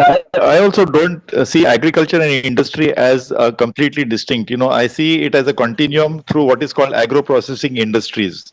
Actually, a lot of innovation will lie at that interface. And, just to give example, for example, a crop of a fruit like banana, the highest productivity almost in the world, I mean, if not in the world, at least in Asia, is in a place called Jalgaon, which is in drought-prone Maharashtra. Or the lychee revolution in Bihar. So we need to learn from our own successes in India. So the success stories need to be magnified, amplified. There are innovations in irrigation technology, in seed technology, in so many different things, even in agro processing. I mean, the whole huge opportunity of agro processing, where industry and agriculture can come together in the form of these FPOs, farmer producer organizations. I think that's where most of the action is. And of course, I'm glad Professor Ram Gopal mentioned the government initiatives as well. So I think again, this is an example of a scale problem at scale. How do we, for example, India staple diet is pulses. But after 40 years, why is it that we have to import large quantities of pulses? If somebody can just take up this challenge, that itself can lead to so many innovations and insights. So there's tremendous opportunity. Dr. Krishnan? No, I don't know much about rural India, so I will just abstain from that one. That we have given to the government, I spoke to the finance minister and gave her this, told her too. If you look at the agricultural economy, our total GVA is about 32 lakh crores. That is about 15% of GDP. 15% of GDP is $450 billion. 55% of the output is cereals and grains. 45% comes from fruits and vegetables, fishing, animal husbandry, milk, etc. And in many of it, especially in fruits and vegetables, animal husbandry, and not milk. Milk has got a large part in the cooperatives.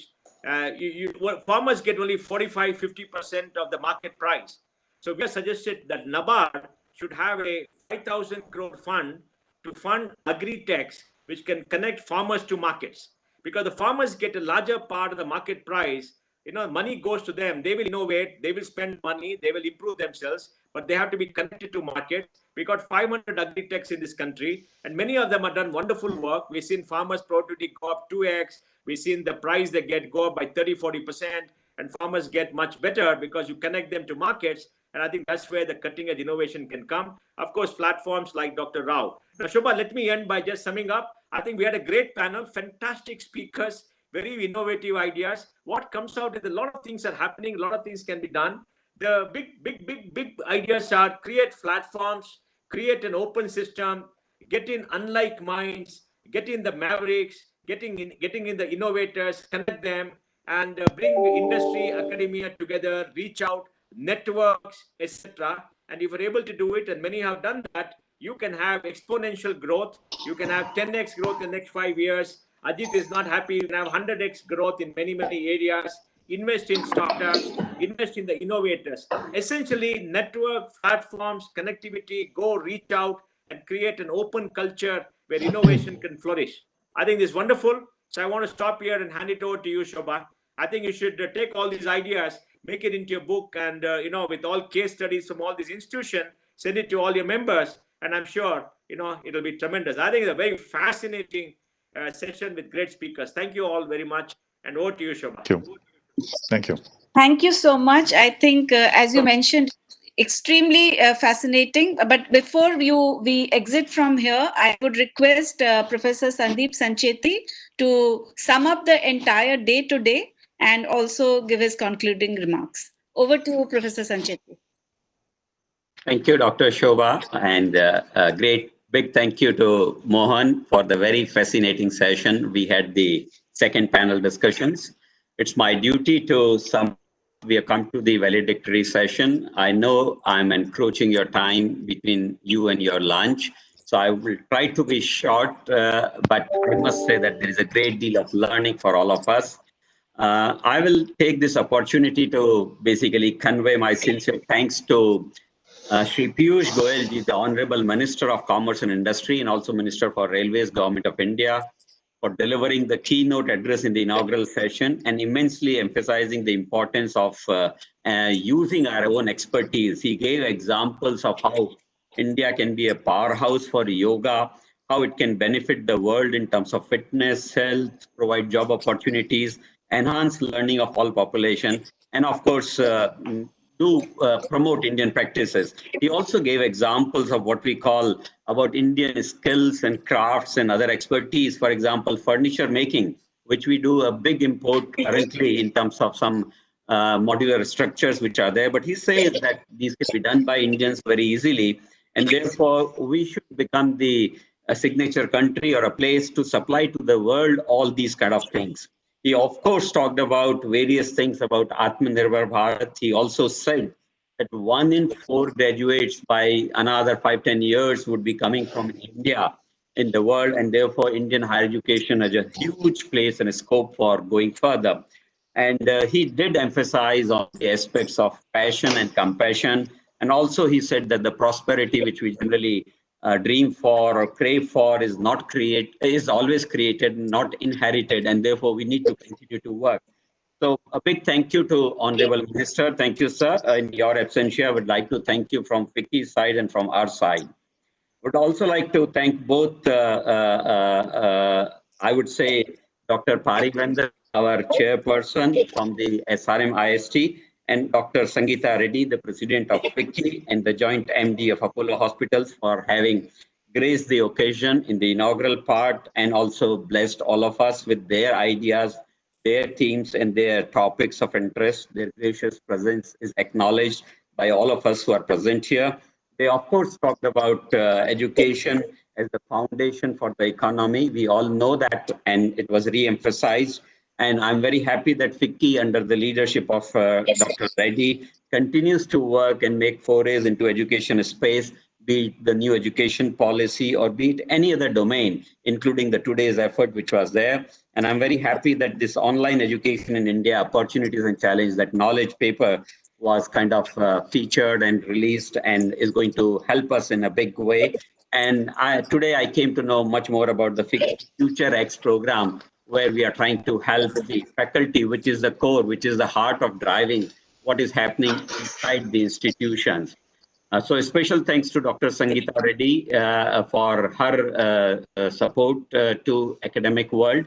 Of course, they take care of the entire world. And today in the second session, we learned that the world of industrial world is not alone. It has to be marrying with the academic world. It has to be marrying with the what we call the governmental agencies of the world. And I would say, why not society also? Let there be a four-way marriage, because society is the real gainer. And unless they accept what we are trying to do, nothing would happen. I think these points were very elaborately brought out by every speaker, and every one of them was very, very learned.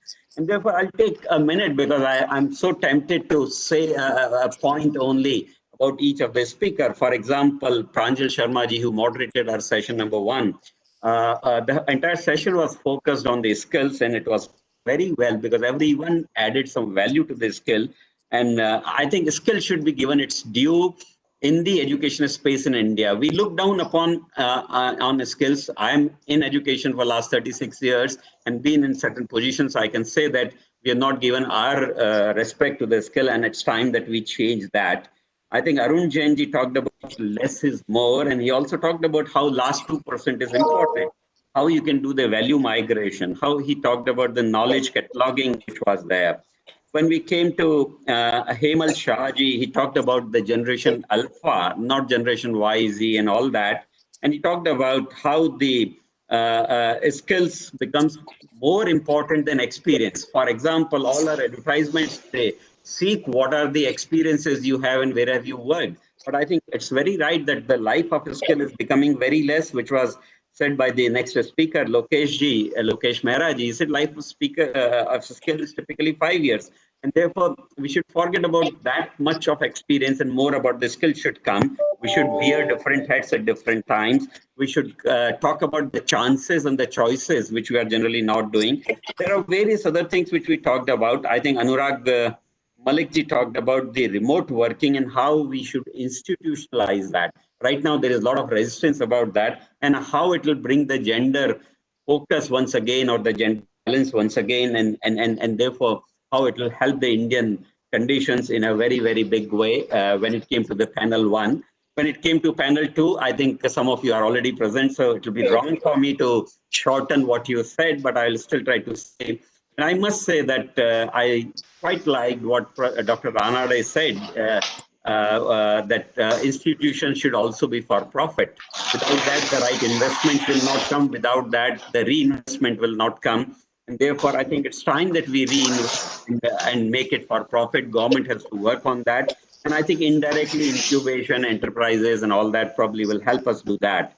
Professor Tan also talked about the various models by which they have produced something like 700 startups and various other multiple locations. I think that's a big challenge, and big challenge to do it within India also, but he has done, his institution has done throughout the world. I think 14, 15 countries. I think we have to learn a lot about that. And that research, that 1/3 model which you have said, Professor Tan, I think is going to help us, that we should also do the models of that particular nature. I think that model was repeated by Professor Gopal also, but in a slightly different way in terms of generating certain centers. And he gave emphasis to relevance of research. And of course, R&D for him became relevance and delivery. We do research and development, but he did talk about relevance and delivery also. Mr. Andreas talked about integrating the workplaces and places of learning. Actually, that's very, very important, because we should not separate or segregate industry and the education sector. So I think that was very, very nice. And Professor Rishikesh Krishnan also talked about the long time activities for commercialization and accelerating commercialization, right problems, various other things which were there. Very good questions were posed by none other than Mohan to get the best answers. I'm sure we'll all be able to capture these thoughts.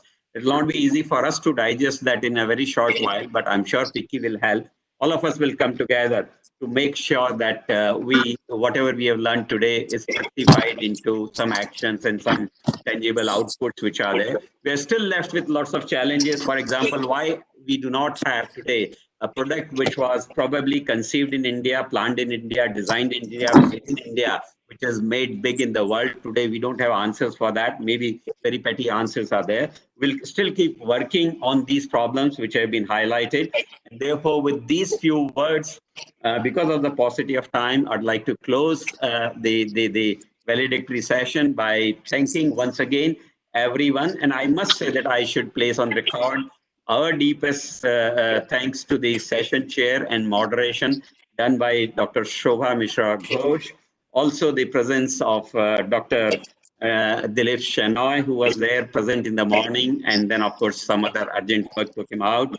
Also to Pranjal Sharma ji and Mohandas Paisa for agreeing to host our two panel discussions, which were very, very important. And I'm sure with the institutions like FICCI, which is more than 90 years old, and SRM, which is more than 50 years old, coming together, many new things will emerge out of our joint activities. I'm sure we will continue to join hands to drive this particular domain very much within our limitations, but still with a target which Mohan has said to us that it should be 10x.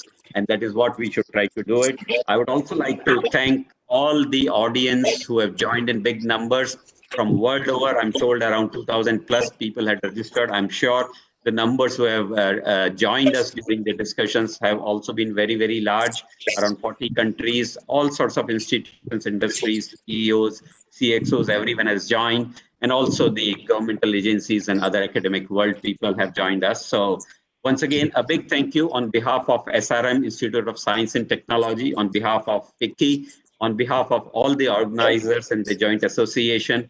We look forward to continued association in future. With this, I'd like to close once again. Thank you so much. Namaskar, Jai Hind, and we look forward to meeting you again. I'll pass on the baton once again to you, Dr. Shobha Mishra Ghosh. Namaskar. Thank you, Professor Sancheti. I think you have summed up all, but we do have with us Secretary General Mr. Dilip Shenoy, so he will have the last word. Over to you. I appreciate that. Thank you, Shenoy sir, for your presence, and I thank you personally for your presence also. Thank you. Well, Professor Sancheti and everybody at the SHRM Institute and to all the participants. Thank you for being this poll of this morning and this afternoon. As the minister mentioned, that this is one event where the attendance has been increasing as it progressed. So even now we have close to 400 people on the call. So thank you very much for everybody for joining, and thank you all the panelists. And we had some excellent panelists and excellent chairs there during the session. Thank you everyone for actually being here, and a very special thank you to Dr. T.R. Parivendran, who is the Chancellor. He joined us. Thank you very much for that, and to the President Vicky and to the Minister, and to the moderators Pranjal and Mr. Pai, who actually did the sessions there. My job is only to amplify our thanks, and also to convey our appreciation to Shobha and her team and the team at SHRM who actually put this together. So thank you, everybody. Keep safe, keep well, and continue, to make this sector very important. As we heard in the morning, 1 out of every 4th graduate in the future is going to come out of our ecosystem. So we have a great responsibility going forward. Thank you, and have a good day. Thank you all. Namaskar, everyone. Thank you. Yeah.